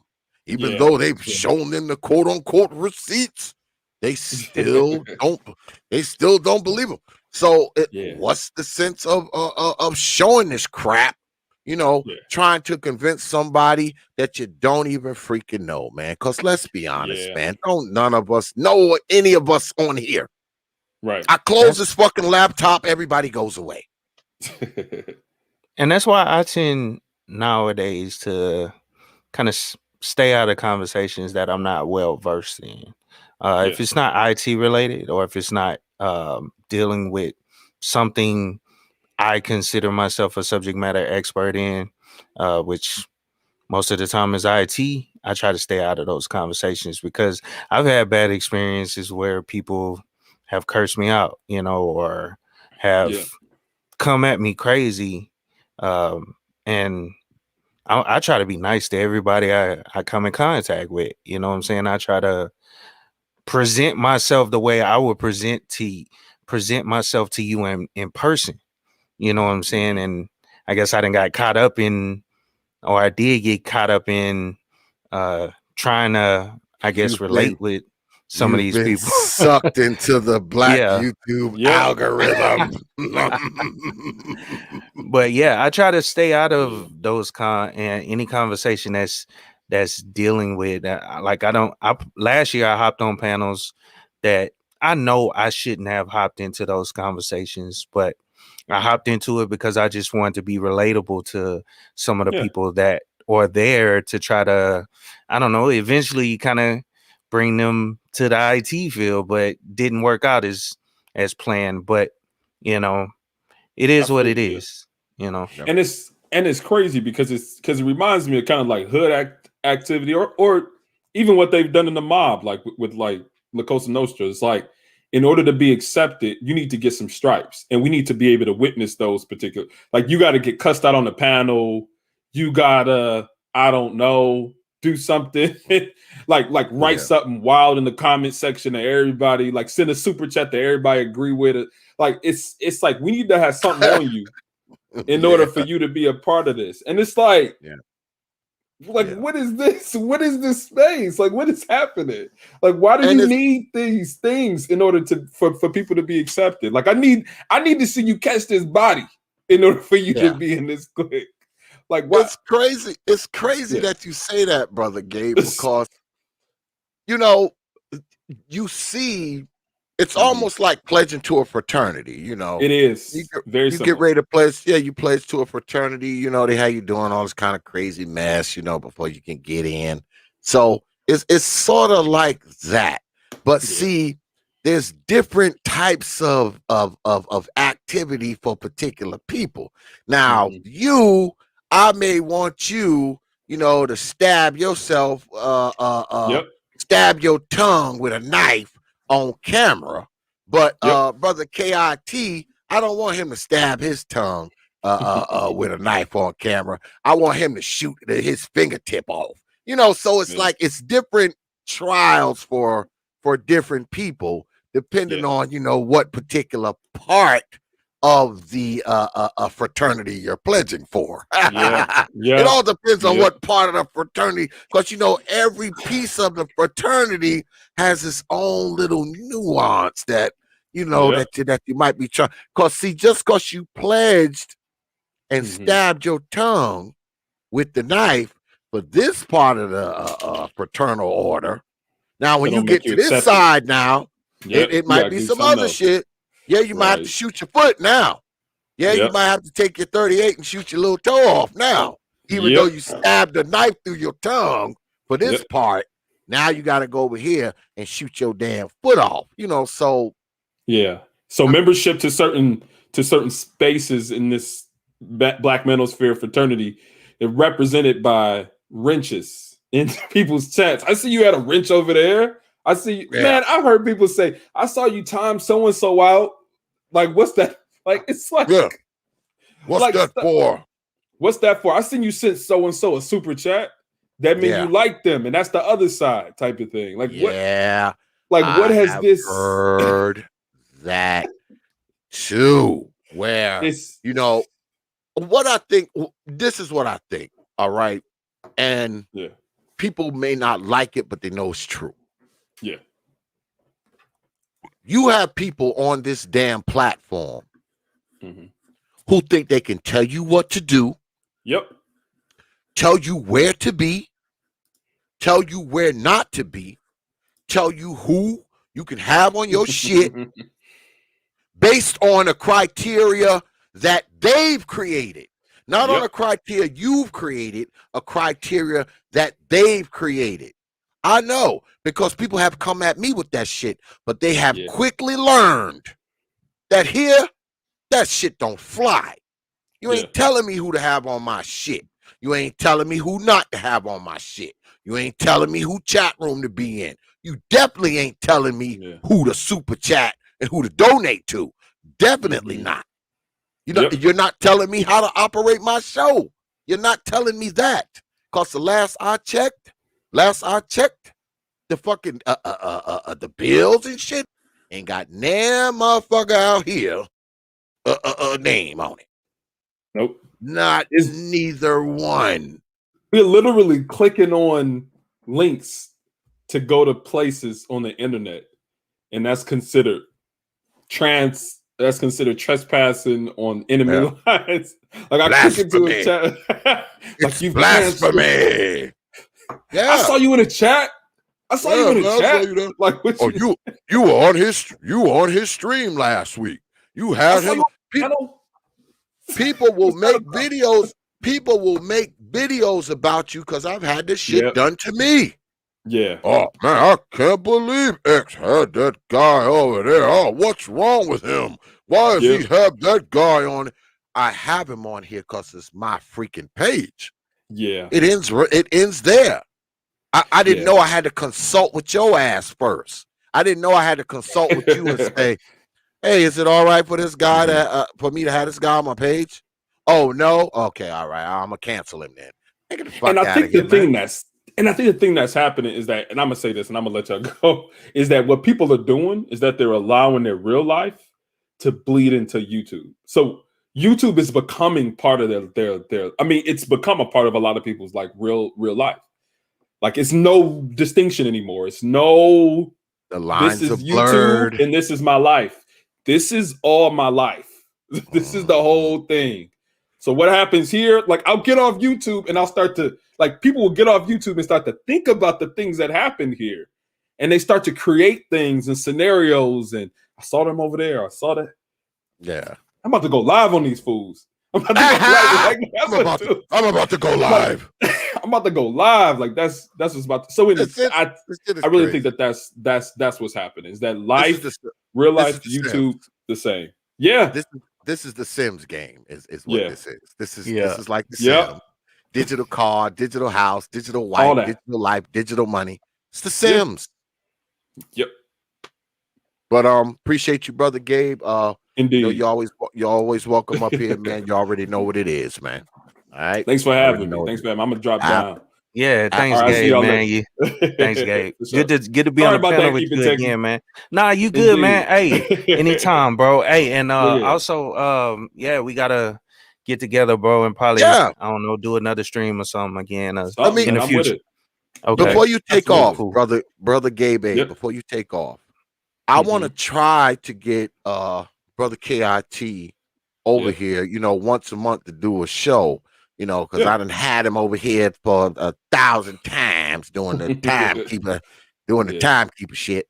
But I want him here like doing a show, man. You know, and I want to do like, you know, like a tech show, you know, some cybersecurity show, something like that. I want to get one of these in at least, you know, once a month. So, you know, feel free, man, to come through, man, and you know, talk about something. You got something specific that you want to talk about, you know, hit me up. You got my email, you know, and we can do this like once a month, man, if y'all want. I'm with it.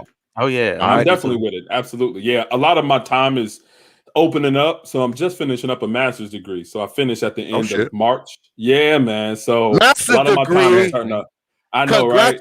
congratulations. But Gabe Yeah. Yeah. a master Yep. degree is Yeah. lame. It's lame, man. Hey, listen, don't do it. No, just it's the It's lamest thing you lame. could It's do, lame. especially degrees. What? Lame. That's Is it lame, yo. STEM? Is it Yeah. STEM? Is it Yeah, it's a STEM? cybersecurity. Yep. Oh, Cybersecurity technology. Yep. that's even lamer. Lamer. Lame. Masters of science. I'm just laming out here this month. No, But man. yeah, a lot of my time is opening up. So for Okay. sure, like I'll definitely come Yeah. over anytime, hop up. Yeah, It's no we're gonna problem. try to get at least one in a month, man, and Yeah. talk about this stuff, talk about the opportunities that's out there, and Yeah. maybe convince a few brothers to get into it, or Doing something. some tutorials. You keep it techie can test me on my Linux understanding or Oh, whatever. Because you can pull up like a terminal or something, right? He can say, yeah. all right, let's see what cybersecurity people know about this Linux stuff. So I'm sure there's a degree Uh-oh. that that Uh-oh. I don't have that Uh-oh. he can. That So that yeah, sounds do that something like sounds that. pretty interesting. That sounds pretty Yeah, interesting. Yeah, let's yeah, do this, man. Let's try to do this I'm with again, it. man. Next month, man. And like I Okay, said, if you got something particular or specific that you want to talk about, sure, come on. All right. absolutely, absolutely. Well, All thanks right. for having me. And I'll talk to y'all Absolutely. later. All right, Peace, see All y'all right, brother. later. peace, man. All right, see you. Yeah, brother KIT. I appreciate you coming on, man. As always, you're my brother, man. You've looked out for this goddamn channel so much, man, over the past year. Uh, I could never repay you, man, for the way you come through for this channel, man. You've come through for this channel so many goddamn times, brothers. Like, I can't believe I ain't had you on here just to chop it up. I No can't believe. problem. I think I did have you on here a while back, Hmm. though. We came up here, Yeah. we chopped it up. So, but I meant what I said, man. I meant what I said. Um, let's try to do something like this once a month. Get Okay. together with you, get together with Gabe, Abe, and maybe a few more tech brothers, and throw down once a month, man, and maybe give brothers some pointers or give brothers some advice or give brothers a push to the IT thing, man. I think it would be a Hmm. good thing.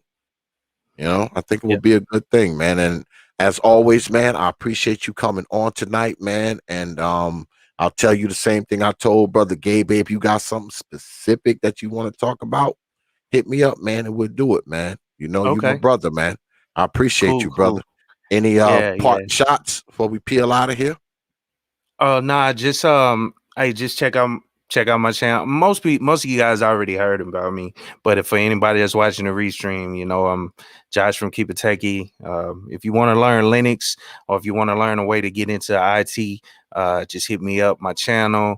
I'm reworking my website right now, but other than that, just hit me up, man, by email, whatever, and I help you out as best I can. So. Yeah, man. I appreciate you, brother. My brother KIT. Peace, my brother. Hit me up. Yeah, thank you, Brother X. All right, You I'm know gonna it, I'm gonna man. I'm gonna drop down. Appreciate it. All right. Yeah, y'all get on over there and check out my brother's channel. I'm putting it in the chat as we speak.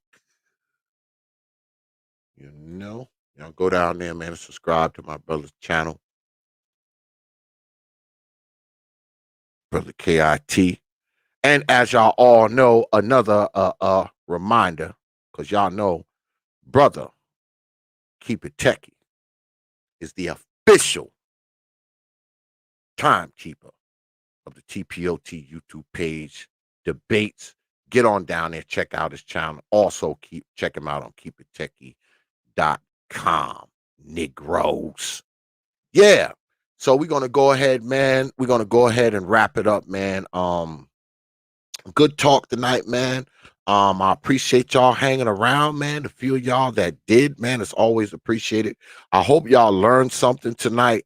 Because all jokes aside and all, BS aside, you know, one thing y'all had to have figured out tonight, man, that it's a growing field and it's a field where the tech field is a field where they need people. People are in demand, man. That's why they're bringing people from overseas and Mexico and also kind of nonsense, because they need people in these positions, brothers. All right. And like Brother KIT said tonight, man, don't let these things, and Brother Gabe A said, don't let these things be barriers. You can get into it too. You can get at the money too. It's not just for other people, man. It's for y'all too. And you heard what those brothers said. They do this for a living. And they said you don't got to go to college. You can learn some of this stuff online. You can learn this stuff in a vocational course. You don't have to go to a damn school. You don't. 6 months. You heard what they said. 6 months. You can be out of grandma's cellar in 6 months. You can be out of grandma's cellar, living in your own place, driving your own car, making your own money. If that ain't enough to convince you, I don't know what is. I don't know what is. If that's not enough to convince you, brothers, man. You can do this, brothers. You can do this. You can get into these fields. You heard what Brother KIT said. He said when he was working overseas, man, he was making $250,000 a year. I mean, I don't know how much I got to stress this stuff to y'all, man. You know? Y'all seen the living proof, man. Y'all seen two brothers up here, man, that been doing this shit for a long time. Shit, Brother Gabe about to get his master's. Shit. I mean, you think he living in his grandma's basement? You think KIT don't have a car? Huh?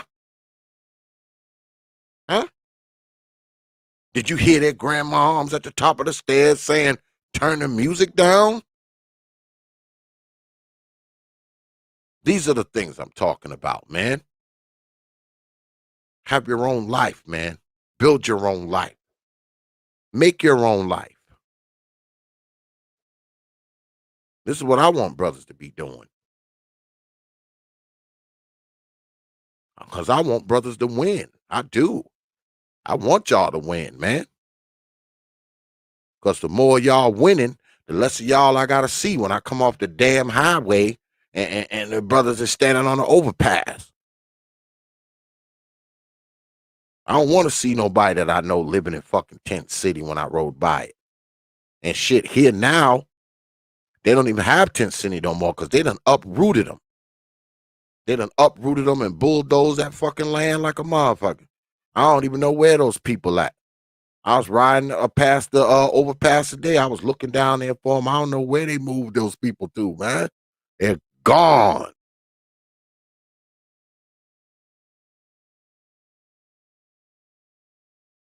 You can live a life, man, that can keep you away from that shit, man. You can live a life where you can take care of your family. You can take care of your kids. You can take care of yourself.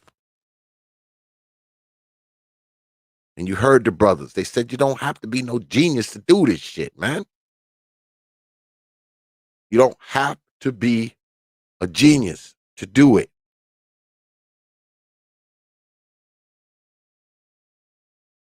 So if you're wondering, is there something you can do to get yourself out of whatever hole you're in?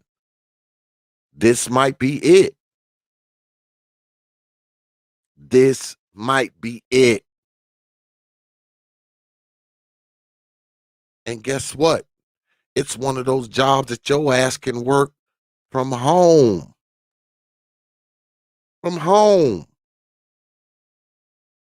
Like I said earlier, your ass home all day anyway, playing Madden and Call of Duty.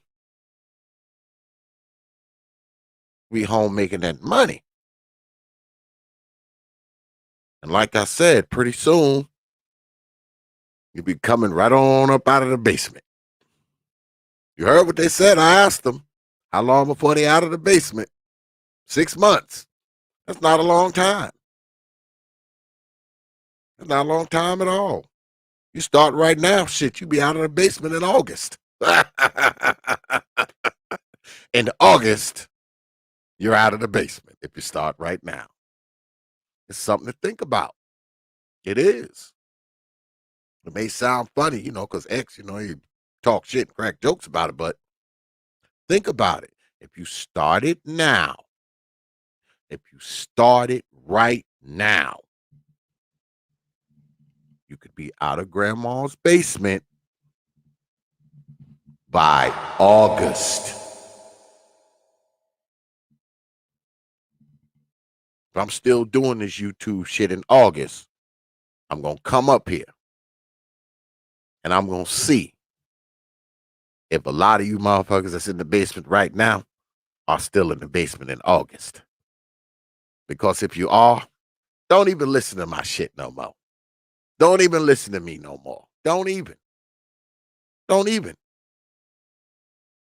Because you ain't even got the sense to take the opportunity to get yourself right. I don't even think I want your patronage. I don't even think I want people listening to me that goddamn ain't got enough sense to pull themselves out of a hole. When they can pull themselves out of a hole easy. And I gave Brother Gabe a little pushback about those opportunities. Because I told him, I said, hey, look, what if people, can't do it? They can't. And he was like, nah, man. Nah, X. He said $200 is all it takes. Sacrifice a month worth of weed money, like KIT said. Hard for me to argue with those guys. It's hard for me to argue with them. Be hard for me to defend you, man. Based on what the brother said tonight.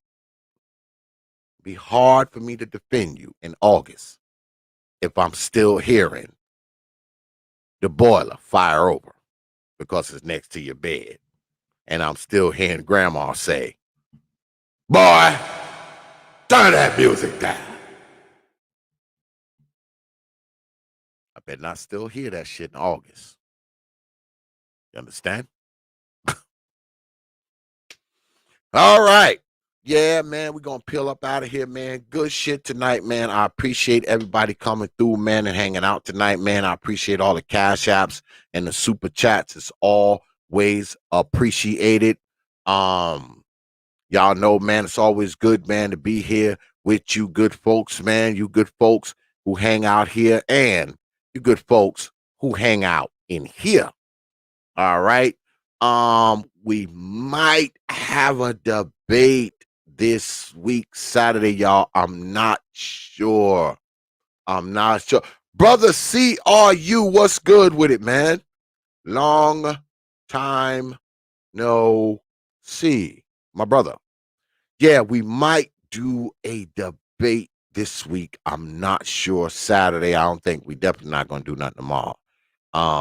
But we might do one Saturday. Just look out for the thumbnail or whatever. But, next week, even if we don't do a debate next week, we're right back at it. Y'all know how we do it here. Yeah. Shout out, man, to Brother Gabe A for coming through, man, and contributing to the conversation. And also special big shout out to my brother, Keep It Techie. Go down there, check Keep It Techie out. You see the link inside the chat room, and also check him out on keepittechie.com. Y'all know what it is. All right. So with that, I will leave you good folks with 3 words, like I always do. Open your mind.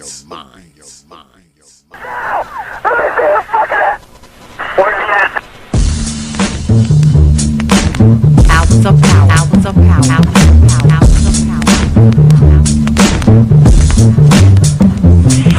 And so A community is where you control your police, you control your commerce, you control your education, you control your house. We don't control none of that.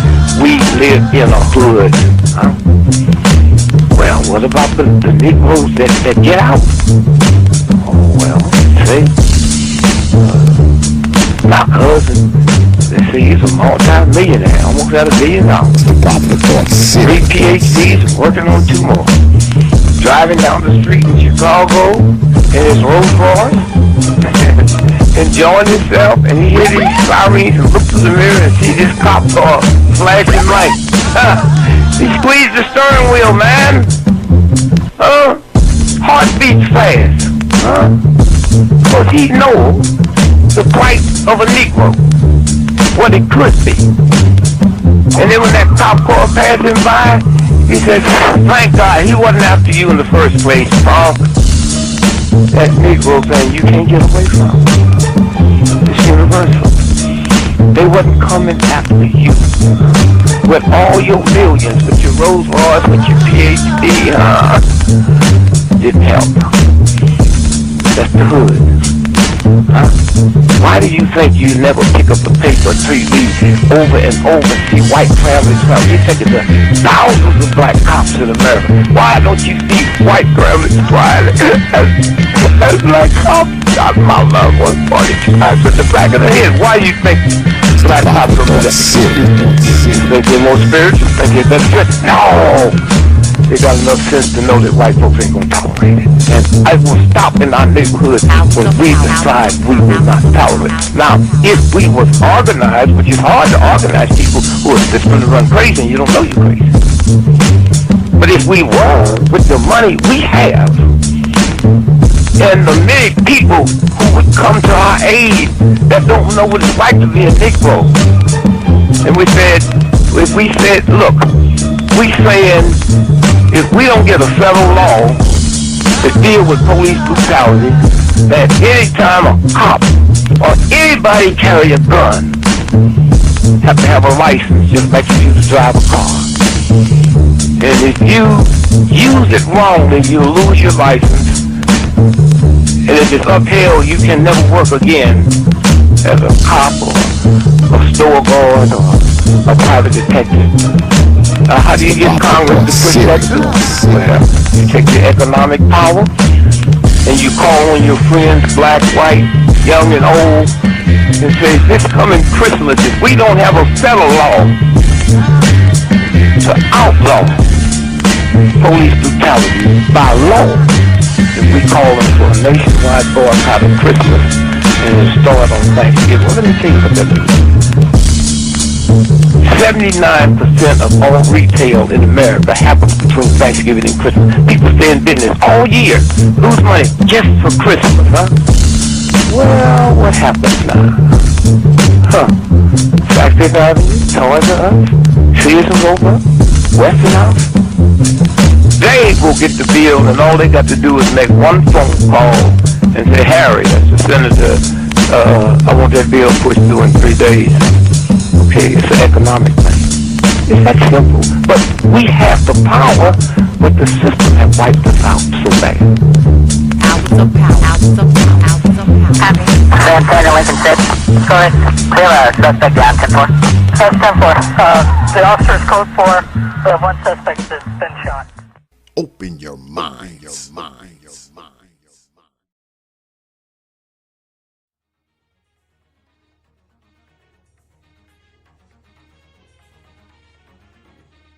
Only from T.P.O.T. Media. Open your mind.